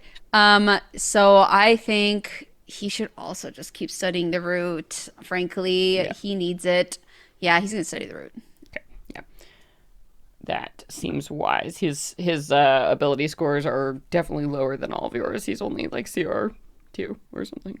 So, all right. So I'm sorry, Marana. So now it comes to you. So make me an acrobatics check, please. acrobatics? I keep saying dexterity acrobatics because that is the proper way to say it. But if you look at your skills, acrobatics already has your dexterity modifier added in. Okay. So on your character sheet, whatever is written by acrobatics, you should that's your bonus. So roll a d20 and add that. Ooh, not so bad. Not so fucking bad. Rolling with advantage. Acrobatics. 'Cause With you studied the advantage? route. I don't You know. studied I the route rolled last time. Okay. I mean, the first roll was a 19. Okay. Let's see what the second roll is. Oh, yeah. We're going to stick with an 18 because that was an 8. Okay. And dexterity, acrobatics. So 19 plus 3. Okay, So 22? 22. Okay, so you are 5 to 9 over the DC, so you move forward. You're closing the gap a little bit. You're still at 12. You get +3 progress for that. Okay, nobody. So my progress is a 12. Yep. Yes, and now you have an action. So essentially what you can do is give yourself advantage for next time like you did last time, or try and give Domitia disadvantage.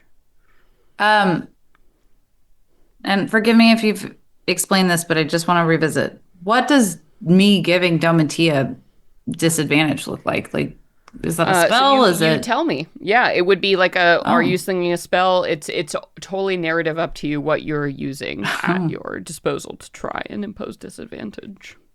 So how are you trying to turn this room, this location, against her. Shit, I really do want to. Oh my gosh. Okay, so Or you can just try and give yourself advantage with something. Yeah, because she's at -2 right now, so I think the safer thing is to give yourself advantage. For 'Cause sure. She's pretty far behind, but if she gets caught up, then we can definitely switch tactics. yeah, I want to, because I definitely want to be creative with how to do that. Yeah, probably give myself advantage by, oh man, sabotage sounds great. I think we're all caught up. I'm the end of this. Everybody's ahead of me. Currently, So Eva I is think at 18 progress. Tony's at 18. Arrow's at 15. I'm at And you're 12. at 12. Yeah. So I'm gonna study the route so I can clear the next obstacle. Nice. All right, so you will have advantage next time. And Domatia is going to roll. She crushes it. She is that 20 ahead? Oh, God. I should have fucking sabotaged. No, God I mean, damn honestly, it. her bonus on this one would have probably, there's not much you could have done. She is only at 4 progress, though, so she's not crazy ahead, but she made a significant couple more turns like that, and it might be, and you all a couple more turns of failure, and it could get hairy. But anyway, so you all successfully make it out of here. I forgot she can do other things too. She can impose advantages and disadvantages. What am I doing? What am I even doing? All right. Who's the weakest in the pack? Yeah. Okay. Tony's just running so far ahead, and Tony didn't give themselves advantage here, so. I've just been crushing it. I know. Tony, as you were like charging ahead, just like running ahead in the pack, you see all of a sudden, as you're like getting right towards the end, this figure, one of these chrome figures, just like almost like loops out of the wall. The way they like emerge, it's like liquid metal, right? As these things, like you had the Sovereign Fae behind you, whatever it was. This figure that steps in front of you, you recognize vaguely. There's something so familiar about it as this tall woman with large hair, reminds you sort of Rook, but with those horns and the cruel smile. That creature that you saw in that vision, that version of Rook, as she stepped in front of you, whatever that thing was. It comes to you and you see the red burbling in its eyes, and it just blocks and steps directly in front of you and launches itself at you, like trying to engulf you. What are you like doing in this moment? It's not like you feel like you could punch through it or rip through it, destroy it, but this thing just comes out of nowhere, and you didn't. Why is it here with the other Sovereign Fae? What is this thing doing back? It's just another distraction. Ah! With her sword, lay raised to the sky. She tries to slash it again. Yeah. And you do. And you cut through it. And it splatters apart. It's not like the other ones. It's not a metal statue. It just like almost like drops. They kind of hang in the air as you slice through this weird sort of vision of your friend and push on past it. And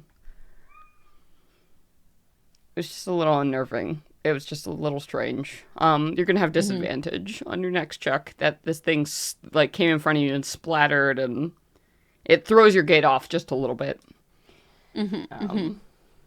Whatever that means, you're not really sure. She had barely recovered from the first. Yeah, and the thing, memory, and you now just she's- relived this too. You had just re-experienced this, and it's like Yeah. that place is kind of just salting, whatever that was. That's shit. So you were given disadvantage at the front as you were sabotaged. So we now move in, though. You continue, you blast past this metallic hallway, comes to the next location here, and you find yourself, the doorway that you saw, it was like this black kind of just doorway here, and you see there's like this wood edge frame. It's almost like in a mine shaft, right? Like you're going into nowhere. And you realize very quickly, Tony, why that is as you sort of take a step off and you fall into darkness and land in a very soft pile of, you realize it's sand. As you're looking around, all of you kind of float gently, land in this sand. It's almost like you're in a desert all of a sudden, as it's like kicking and whipping around you, and you're looking at what you can see in front of you. There's this marble pillar, larger than life, like the size of a skyscraper, stretching up in front of you. It's dilapidated and like pitted by these sands like that are swirling around. And as you kind of look towards the sky and the edges of where you are, you see this weird glass sheen from the outside, and this floating face of like Domitia kind of floating on the outside. You realize you're inside something like an hourglass. As you make your way here, and the sand's whipping up and around you, you see just these buried, like the tips of fingers and faces, like ancient statues of huge size, buried and pitted against time. Far up above at the top of the pillar, you can see a doorway, but you're gonna have to climb.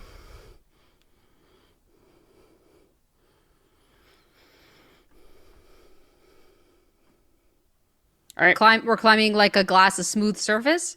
So there's a pillar. We're in floating quicksand. In the middle of basically you're in the bottom of a sand glass, and there's a little pillar here in the center. You have to climb your way up.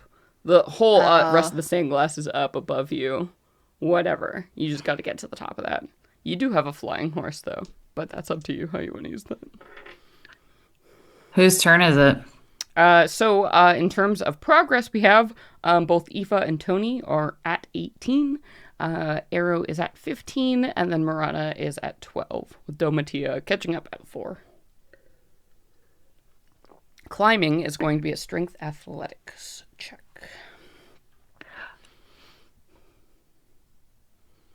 So progress is initiative now.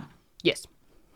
Okay. So So who's the turn first is it? round you just did initiative because you all started at the same progress, except for Domitia, who starts at 0 as the pursuer. But now it's just Tight. progress. Sage, if you want to go first this time, since you have advantage too. Yeah, so after Aoife's been studying the route, and she is looking for these like harder patches of sand to run onto in order to not sink as quickly in. And so she runs forward. With your little goat feet leaping up, springing around this pillar. I rolled 17 on both. Nice. Okay. So with her athletics, which is, I'm sure, hot garbage because she is not strong. It's actually a -1, so that's a 16. Okay. So you are only 2 above the DC. So you make 2 progress this round. So your progress is 20. Not too bad.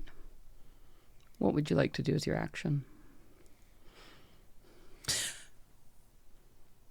With Aoife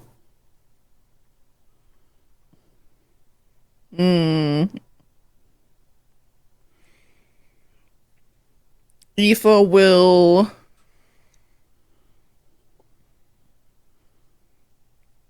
Aoife reaches out behind her and points towards Domitia, and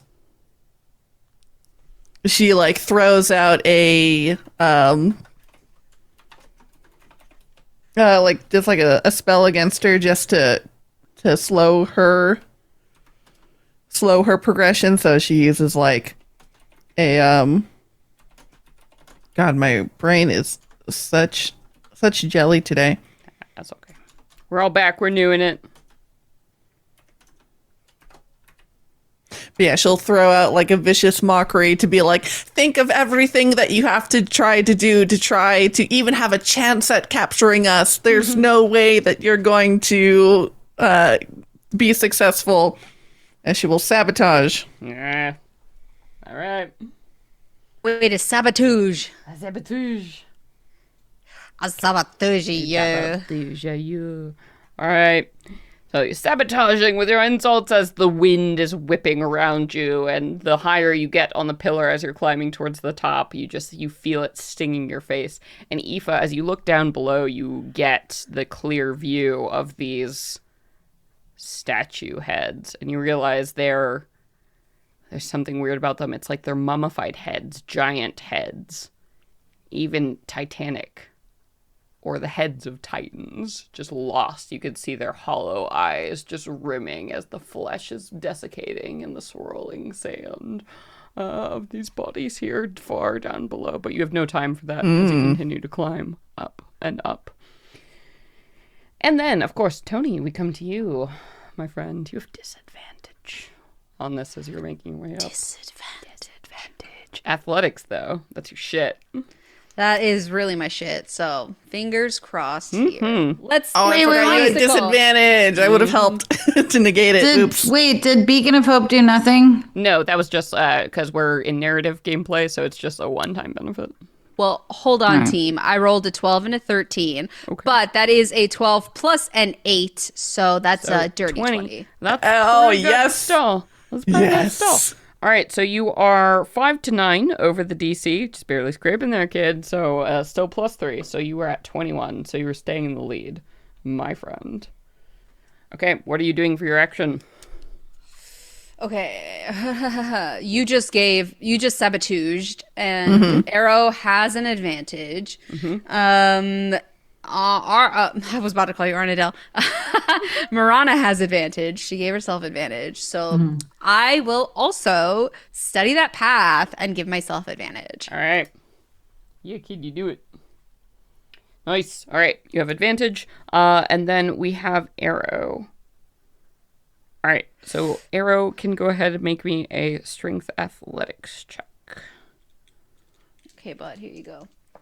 Da-da-da-da. Ooh, that was beautiful. And da-da-da-da. Okay, so 18 plus 4. 22. Okay.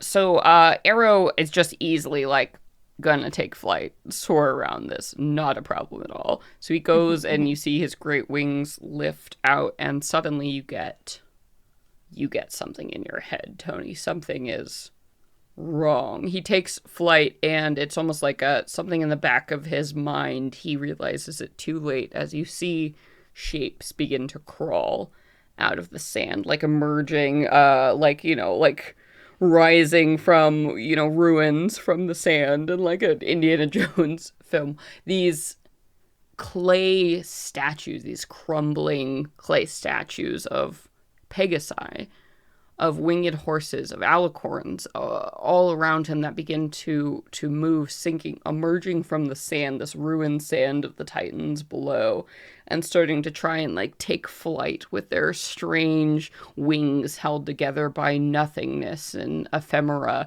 And as Arrow takes flight, he begins to move up and try and start to spiral, but these, like, desiccated horses, pitted and forgotten by time, and you're getting the sense too, this forgotten, pitted, ruined regret like starts to come to your mind as these things, and he varies in his flight, sort of doubting himself as these things slam into him over and over. They start to rise, these like clay effigies from a past, a very distant and ancient past, and you feel this tremendous reminder of loss and doubt fill your friend's mind, and regret, and it's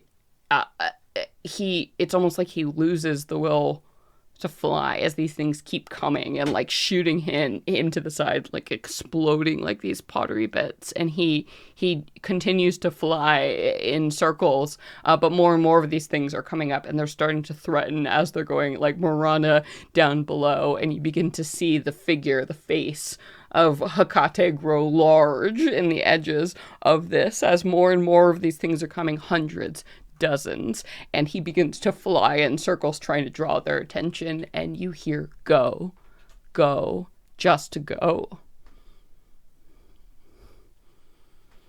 He's going to keep them off of you while you all progress. But this is a haunting he can't escape for now.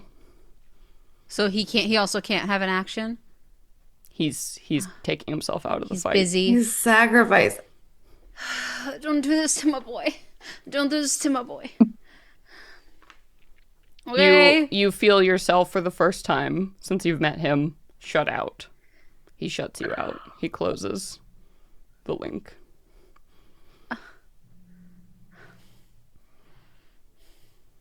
Okay. I'm Arrow heartbroken. is out of the chase. Marana, we come to you. You have advantage on this.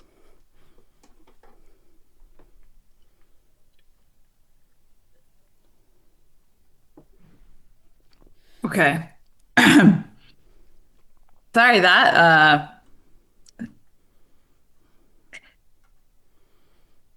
I'm just empathizing. Does that mean he's 'cause- caught or he's just taking himself out? You don't really know. He wasn't caught in the sense like mechanically here. he's sacrificing himself? But there are literally dozens and dozens and dozens of these things that are coming and they're not stopping. And something has to keep them. You see them pursuing him. It's like a falcon, like going around with the birds of prey, like as he's fast leading them around. More and more of these things. Tony is just trusting that like he can take care of himself, and she has to focus on surviving the situation as well. He told you to do what you need to do. You understand. A soldier to another soldier. It wasn't a request. Ooh. All right, with advantage. So make me that strength athletics check, Marana, as you're climbing up after your friends. Okay. I'll do that, and then I have, I guess, question about like what action I can take. I guess. Sure. You said strength or athletics? It's just athletics. Sorry, the way you write checks in the game is you say the Oh, that's ability fine with score me. and then athletics, but when you're looking at your character sheet, all you need to know is athletics. This it's an athletics. So 15. Okay, so you are right 15. on the target number. So equal to the DC is +2. All right, so you are at 14. Okay, Domatia is going to roll. She has disadvantage. Wait, Let's check. Oh, I'm sorry, your action. What would you like to take? yeah. I'm like, hold on. I'm like, wait, that's not all. How close am I to shit? Can I smash the? We're in an hourglass. Can I try to smash the hourglass? You're pretty far away. You can't with a melee attack, but if you have some kind of spell you want to narrate, as you're Or my climbing, you're Biden? literally climbing up a pillar to a set of doors right now. So you're And I see that we're in a dome, right? The glass dome of this hourglass. Sure. The only thing that makes sense to me is like if we this stupid mind fuckery, I want to fucking break it. Okay. So I've got my Domatia- bident that I can throw, right? Domatia already has disadvantage. So what are you trying to do of the action? Maybe I should throw my bident at Domatia. She already has disadvantage, so you can't give her more disadvantage. So what you could do is try to help basically yourself. Whatever you're doing, either give yourself advantage or Aoife doesn't have advantage on the next roll. Tony already does, but you can try to So help then I your should friend help. or help yourself. I'm still behind. Yes, Yeah. you are definitely the one Aoife- at most risk of being caught. Eva, I love you, but I'm gonna give myself advantage. Yeah, no, that's cool. Yeah. What's my progress now? So your progress, you are at 14. Tony is at 21. Aoife is at 20. Marana is at 14. Arrow Jesus has taken themselves Christ. out of the fight, and we're about to hear what Domatia gets. Sorry, definitely. I wish I could sabotage. Yeah, I'll take the prog It's okay. 14. Aoife already sabotaged Domatia, so you Yeah, I can't mean, she's sabotage her already- multiple yeah. times is the thing. Right. Fair enough. All right. I am done. Okay. But now we have think. Domatia's turn. What to do with disadvantage?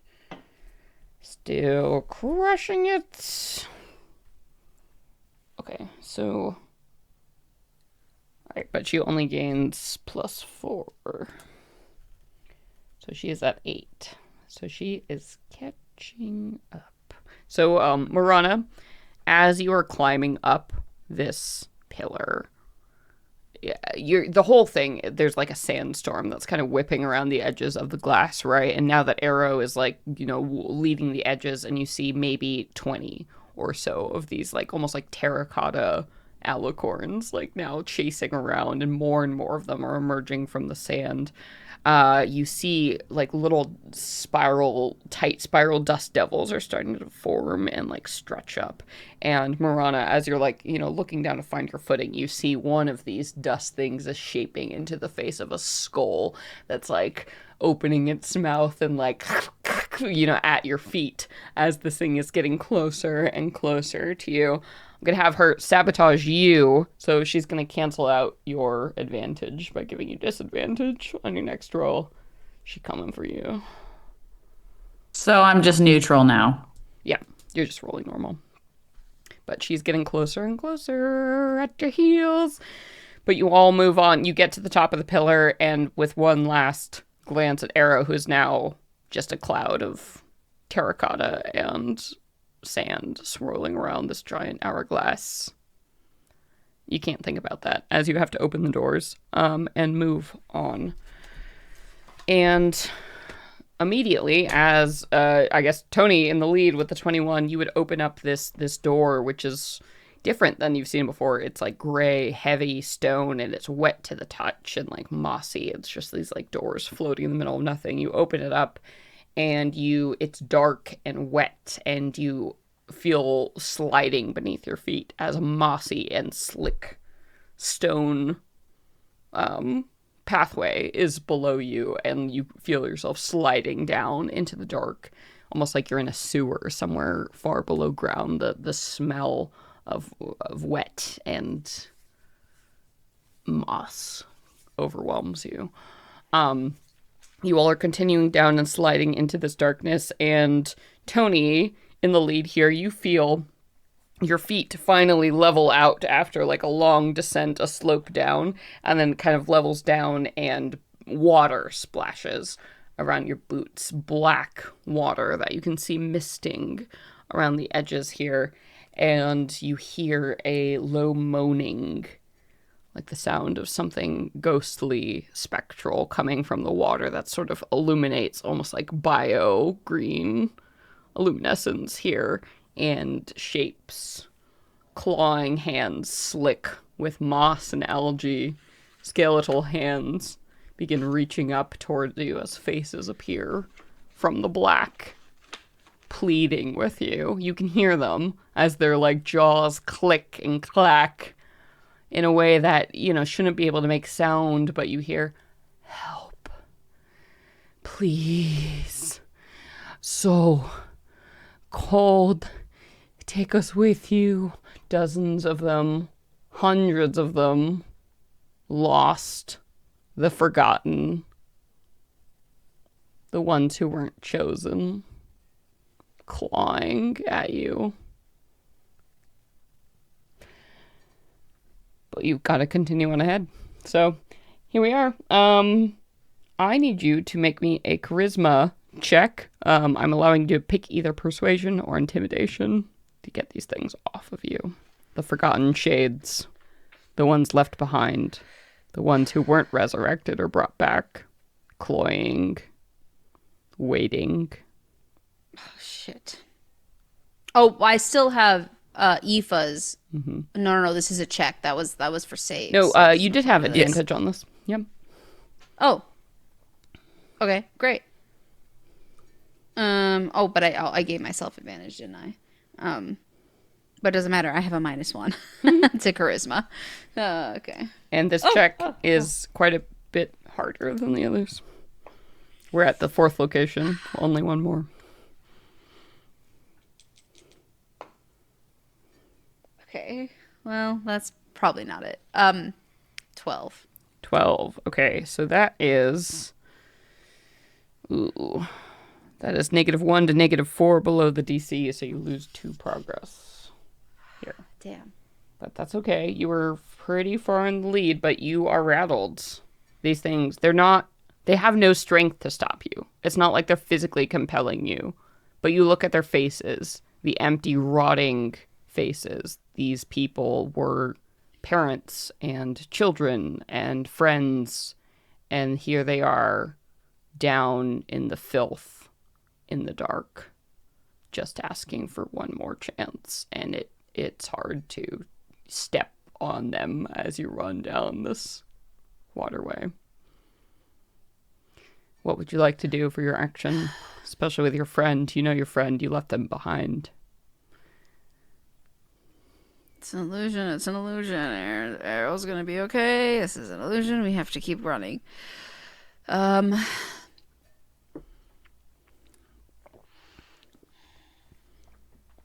What's Aoife's situation? Does Aoife have an advantage right now? Aoife does not have advantage right now, but yeah, Aoife's fast. It's charisma. I'm good. I was gonna say I was gonna help. Don't worry. My plan was to help Marana to give her advantage again. But yeah, up to you. Okay.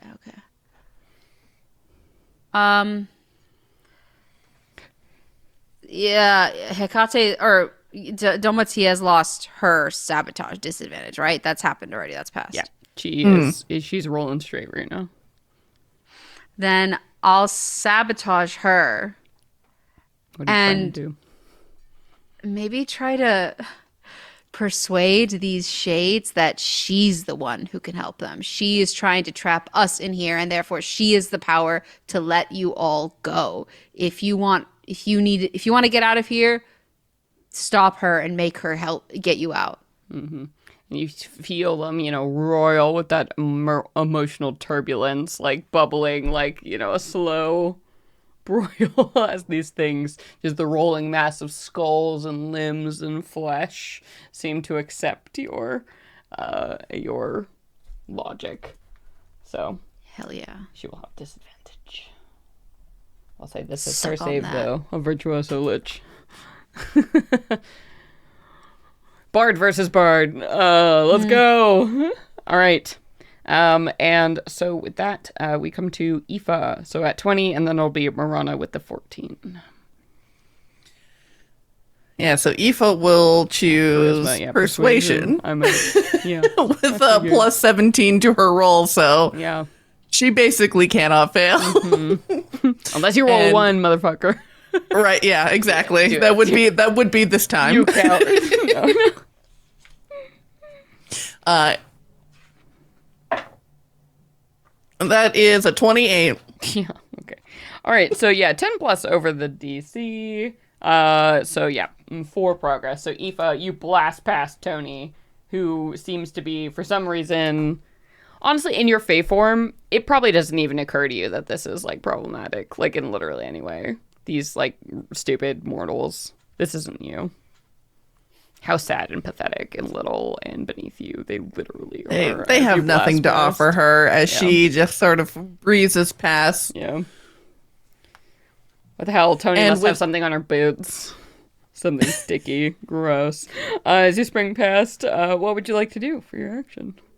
And she will help Marana to reinstill her with, does she, because she had her advantage and disadvantage canceled out, does helping her give her advantage again, or? It would, yes, at this point, because it's a new round. Let me see, though, because you have to be within 15... Oh, Yes. true. So you are, wait, is it 15 or is it closer? Let me just double check. Because Marana's getting pretty far behind you at this point. Yeah, within 15. So you're, okay, so 24 versus 14, you are, 10. Okay, yeah. So 10. she's getting behind you, but you can.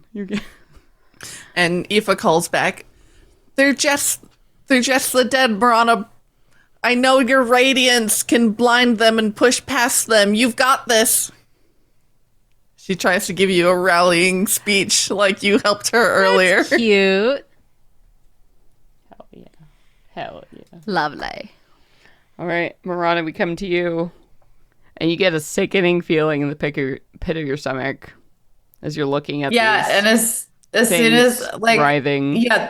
yes, that is writhing. around me. The witnessing what Arrow did and looking at Tony, and I'm like, despair. It's not just that. And then There's something familiar about this. Those little shades floating in a river, nameless, just no, waiting to be chosen. yeah, They weren't the ones who were chosen. It was you. yeah, it's a little too real. It's your fault. It's a little too real, and she's focusing on like actual. Yes, and she's like dissociating thoroughly. But then, like, if I'm going to dissociate from that, I'm going to choose to focus all of this. And as she's going through these very complicated swirl of things, she hears Aoife and what Aoife said. And she's like, kind of shaken back into, I mean, I don't know if reality is the right word to say, but Wherever the she's fuck shaken you back are. into the Yeah. present moment. And she's just like, I think honestly, like, grounding techniques, like therapy. She's like running and time's moving kind of slowly and all of those things. And then she hears Aoife and she sees Tony and Aoife. And like, that's the grounding that she needs. And if dare I say, maybe in the chaos, she makes eye contact with Aoife as Aoife's saying this to her, and they like there's this kind of little like anime like ching. You know what I'm talking about? Yeah. And Absolutely. then she gets fucking vitalized. She's like, yeah, that's what I fucking need to focus on right now. And Let's gets roll that charisma boosted. persuasion check and see how much that works for you. Roll with advantage. So I'm always a fan of rolling the dice before like narrating. Oh, Just sorry. how much, well, it just affects you because, like, if you roll like shit, then Aoife's talk probably didn't help you so much. Let's see. Oh, I gotta burp that one out. Oh, nat 20. Nice. So your friendship. Yes. You heard the word. Yes. So I I kind of wanted to take a picture of this. yes. It was like a 15 and a nat 20. Yeah, so on the check, okay, that's your max you can get. So you are going to be at 18 progress, which means you've closed quite a bit of the gap. Nice. What would you like to do with your turn? Domitia already has disadvantage, but you can give yourself or one of your friends advantage with the help. Or the All study right. the path. Study the route. Wait, what's my progress again? You are at 18. So Aoife 18. is ahead at All right. 24, then Tony at 19, and Marana at 18. Oh, I finally caught up to you guys. We're God closing the damn. gap. Tony had a rough goal. Is Tony still struggling? It's what I told you. So 24 for Aoife, 19 for Tony, Marana 18. So I don't I'm have struggling. advantage. I'll just say that. I don't have advantage. I gave Domatia disadvantage. Ooh. But Aoife gave Okay. you advantage, Tony. No, Eva gave me advantage. Oh, okay. Sorry. I had that written. Eva gave Marana advantage. So we're all essentially kind of leveled out. So none of you have advantage. Domitia has disadvantage. So it's all up to you, Marana, if you want to give yourself advantage or one of your friends. Yeah, that's fair. If you want to give it yourself, do it. You are still Strategically. technically the slowest. Yes. Yeah. Like, okay, I love a good self-sacrifice, but I think strategically it seems to the be best most option is beneficial to not give to Domitia a not body. be. It's the best for Yeah. all of you. I'm just So going to say that. straight up. love you both. Study the route. I'm gonna give myself advantage. Yeah. I'm gonna do that. Yeah, Okay, cool. that's And Domitia only because she's biting at my ass cheeks. She has like a stupid advantage on an 18 or a natural 20 for her disadvantage on top of her lich. Damn, girl. Virtuoso charisma. Yes.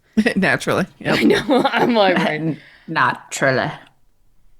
She's at 16, which means Marana is within two 2 spaces of you. So once again, That's very scary. you see I don't like this. the wave of like souls come up behind you. You know, you've made your peace with it. You've disassociated. Like this moment, it's fine. It's fine. You're running after your friends, and you hear the screams of the shade and the lost as they begin to rise up behind you, and you know you shouldn't look back, but there's the glance over your shoulder, and you see her face forming in the midst of all of these screaming faces under her domain, just pursuing you as you race down this, like, basically sewer tunnel, this pathway of the river Styx, and you come to your next spot, and Tony, or actually Aoife, you are in the lead now as this strange transition happens. You get to the end of like what would be, you know, this kind of circular brick tunnel as you're running through a sewer system. And as you take that next step, you find yourself floating. It's like low gravity in space almost as you're like running, and you see the world around you. Stars illuminate where you are as you're like leaping into this nothingness in this strange zero gravity kind of world beyond anything you really have ever imagined. And you feel yourself landing slowly on the back of, it takes you a minute to realize it's the back of a creature. Something scaled, something, its scales are black like midnight, but iridescent, and like with the light of a sun, and something so vast and strange you can't even really see what it is, but you're standing on its skin and you can see it stretches, whatever this creature is, out far, far miles beyond your comprehension. In the distance, you can kind of see maybe like a spine drifting off to the side, like some great reptile thing floating through what Aoife wouldn't recognize as, but space. All around you, millions of stars in this black vastness. And all of you sort of have this similar anti-gravity thing as we come and land here on this creature in this nothingness. It's so alien and strange. It's something out of a sci-fi movie, right? That's happening to you. As people, you recognize this, but as fantasy characters, nothing. How silent and cold. That it is and triggering her claustrophobia. Yeah. And as you look around, you realize, I mean, there's not really anything chasing you, and not really anything as threatening as you had behind. It's this weird moment of stillness. And That's fucked up. That's Yeah. so fucked up. And That is a fucked situation. Sorry. And from behind one of these, like, spines, you finally see, like, figure some movement. A slow creature, right, that sort of walks up the side like you do in a zero gravity, but only connected to whatever the vast gravity of this creature is. This tall, elongated form with what can only be described as alien features. Sort of a pale lavender, bald, long, aquiline features. Not really like a nose as we know it, but sort of, you know, flattened, and nostrils. Something none of you have ever seen before. That walks and strolls slowly up and stands before you in these pristine white robes and folds their long 3-fingered hands and looks ahead. You have come at long last. You who will reshape all of our worlds. Does this language please you? Creatures, it has been some time. What language is it? It's common, and pretty well-spoken common. But it seems concerned for some reason that it might not be the right language. Eve will say, this works for us. To whom are we speaking?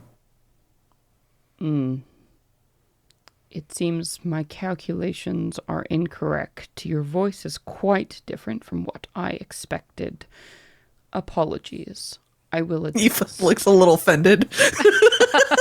I fucking vomit. I literally vomit. I vomit. It floats off I into vomit. space.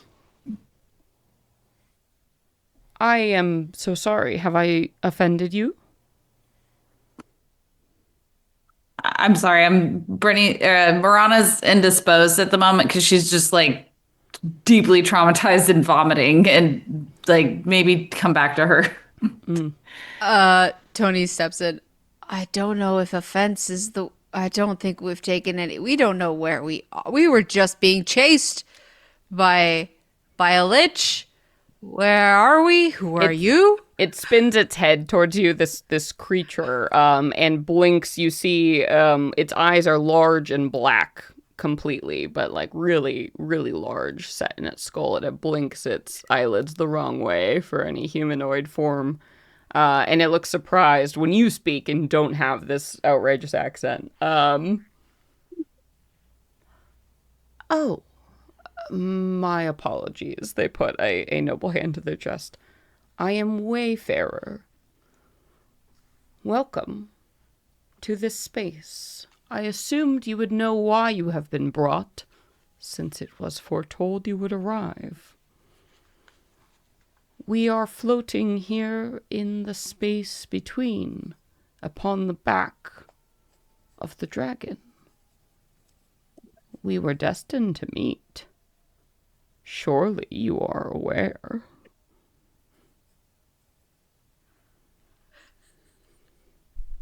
What the fuck? And what dragon is this? The sleeping dragon. The dragon And who made Aoife- the world. Aoife, like in her mind, was like, "Is this the sleeping dragon? This isn't the sleeping dragon? There's no way. There's no way. He's fake.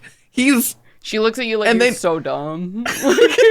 And then he says the words that she's like, "There is no possible way it can be the sleeping dragon," and she just is mouth agape, flatly staring at this individual, and says, and she immediately kneels down, like bowing in supplication, and places like lovingly and gently strokes one of the scales on the back of this creature, and she says, I beg your pardon. Please forgive my ignorance. And this creature looks at you and looks at what you're doing, and then looks up at you, Tony, and Marana, and sort of blinks, seeming to be... Your companion's behavior is strange. She'll even say that. Your companion's behavior is strange. This creature is, well, quite unconscious, or perhaps for now. Isn't that why you're here? To wake it up? To change all of this? To redream? Or was I mistaken? I think you might be here too early. And they're looking at you, and their strange alien hairless brows frown suddenly in discontent. Aoife, you are first in initiative. I need you to make me an intelligence investigation check. See if you can trust your eyes.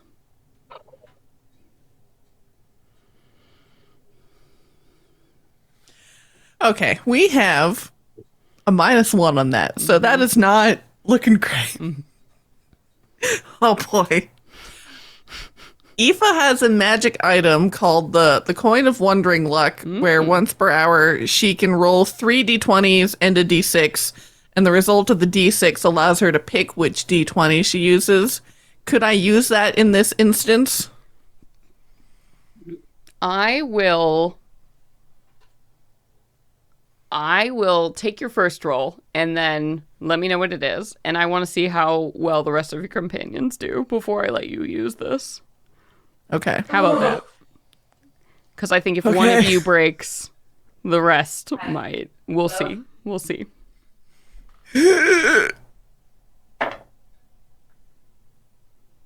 That's a 3 for a total of 2. Fuck, Sage! What the fuck? You always roll. This feels so fucking right well. for you What from this the- moment, though. I'm not even fucking. I roll great We're until all it's the about to moment where collapse she, right now. where it's the peak storytelling for failure. Yeah, I'm literally. I love that. I think I just gave myself a fucking hemorrhoid with all of this. So Tony, it And the comes to fact you. that you just Give me the rolled that. intelligence investigation check. Oh. See if you can trust your mind. What is happening right now? What you're seeing. So if you know if it's real or fake, because it could be real, and the check could. That tell was you. a natural 20. That was a natural 20. All right. So you absolutely fail. Or I mean, sorry, succeed. I was like, what? Tell us how you really feel. Okay. Marana, you roll. Before I describe this, I want to see how you all do. Do you really want me to roll? I do.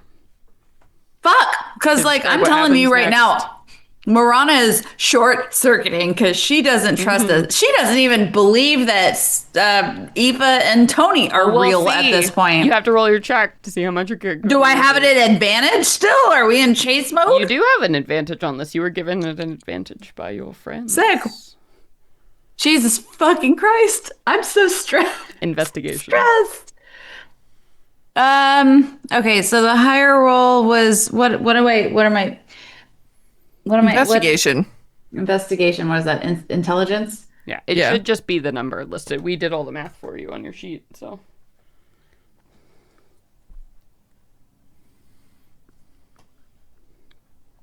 Intelligence. That's going to be a 12. Okay.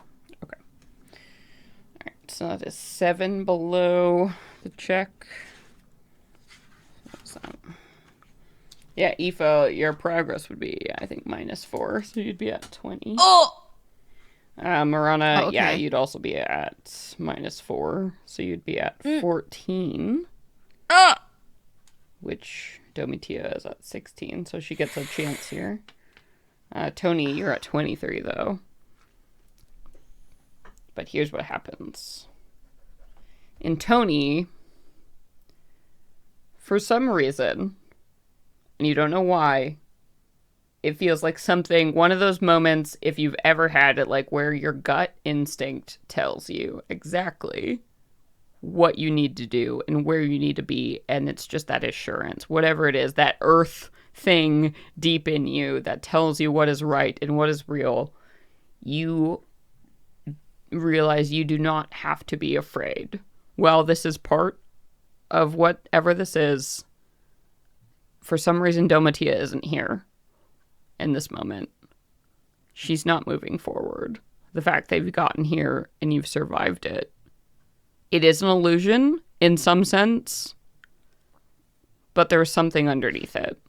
What you saw here today was true. You may not have physically been here, but what you just experienced was true. And beyond Domitia's reach. You don't know how, and you don't know why, the nature of this place.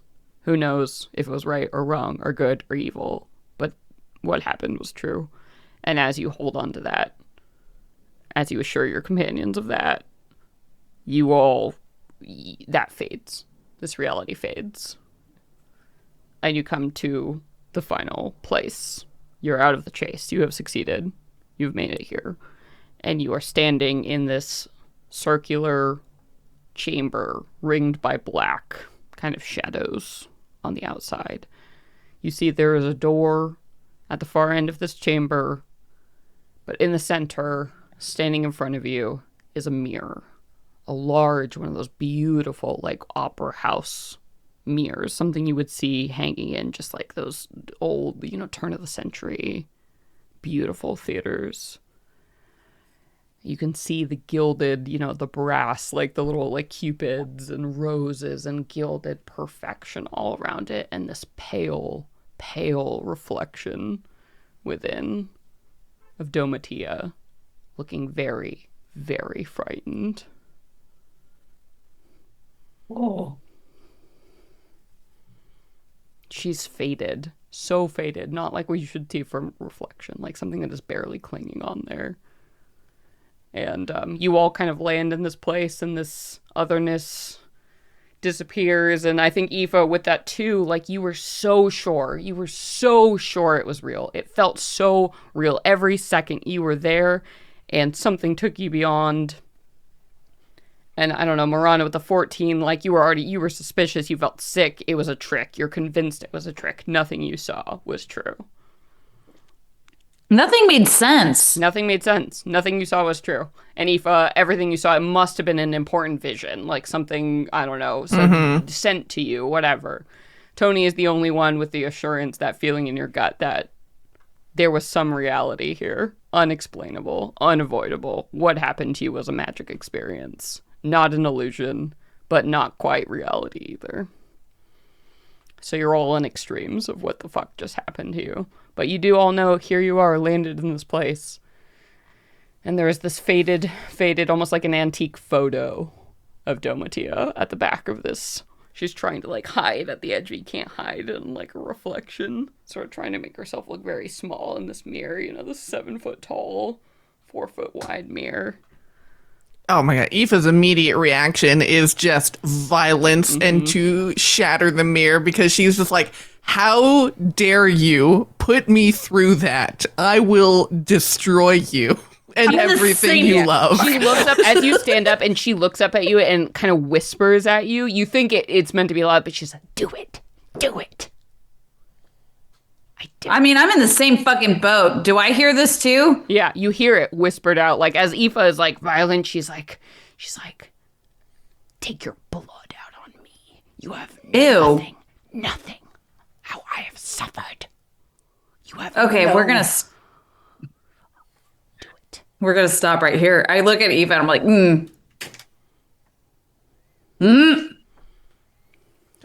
She looks for it. Yeah, she looks like she wants to throw a chair through this mirror. So I do too. She looks for the biggest thing around, and she just smashes it. No, don't do it. That's what I'm already saying. did it. Like, she did it. This is oh my god! I have the moment, Brittany. I think it was Aoife is like fucking pissed. All right. In the space, there's like nothing around you, but you can find, I don't know, something like a wine bottle, or your skin, you know, a weapon, whatever you have on your body, something big, and just a pot, a skillet. Do you have a skillet you cook with? She takes out her rapier and she holds it so her hand is on the blade, and just with the basket of it, she just starts pounding her fist into this mirror. Yeah, it's almost like the thing is as fragile as the image you see on the other side. As you, like, drive it in, you know, you hit with a brass hilt of this thing, and it just explodes. The mirror, I don't know if you've ever seen those huge, like, the wall of mirrors just, like, shatter outward, but there is this, like, explosion of this, like, gold and flaked, this antique thing just comes crumbling down, and you hear a sigh of something being released for good, finally. And there's the doors behind you, further into the museum. Just one more hall of secrets. Tony's gonna rush forward towards that door. She's just eager to see if Arrow's on the other side, or that's all that's on her brain now. And you reach towards that next door. That's where we're going to end. We'll have to see what's on the other side next time.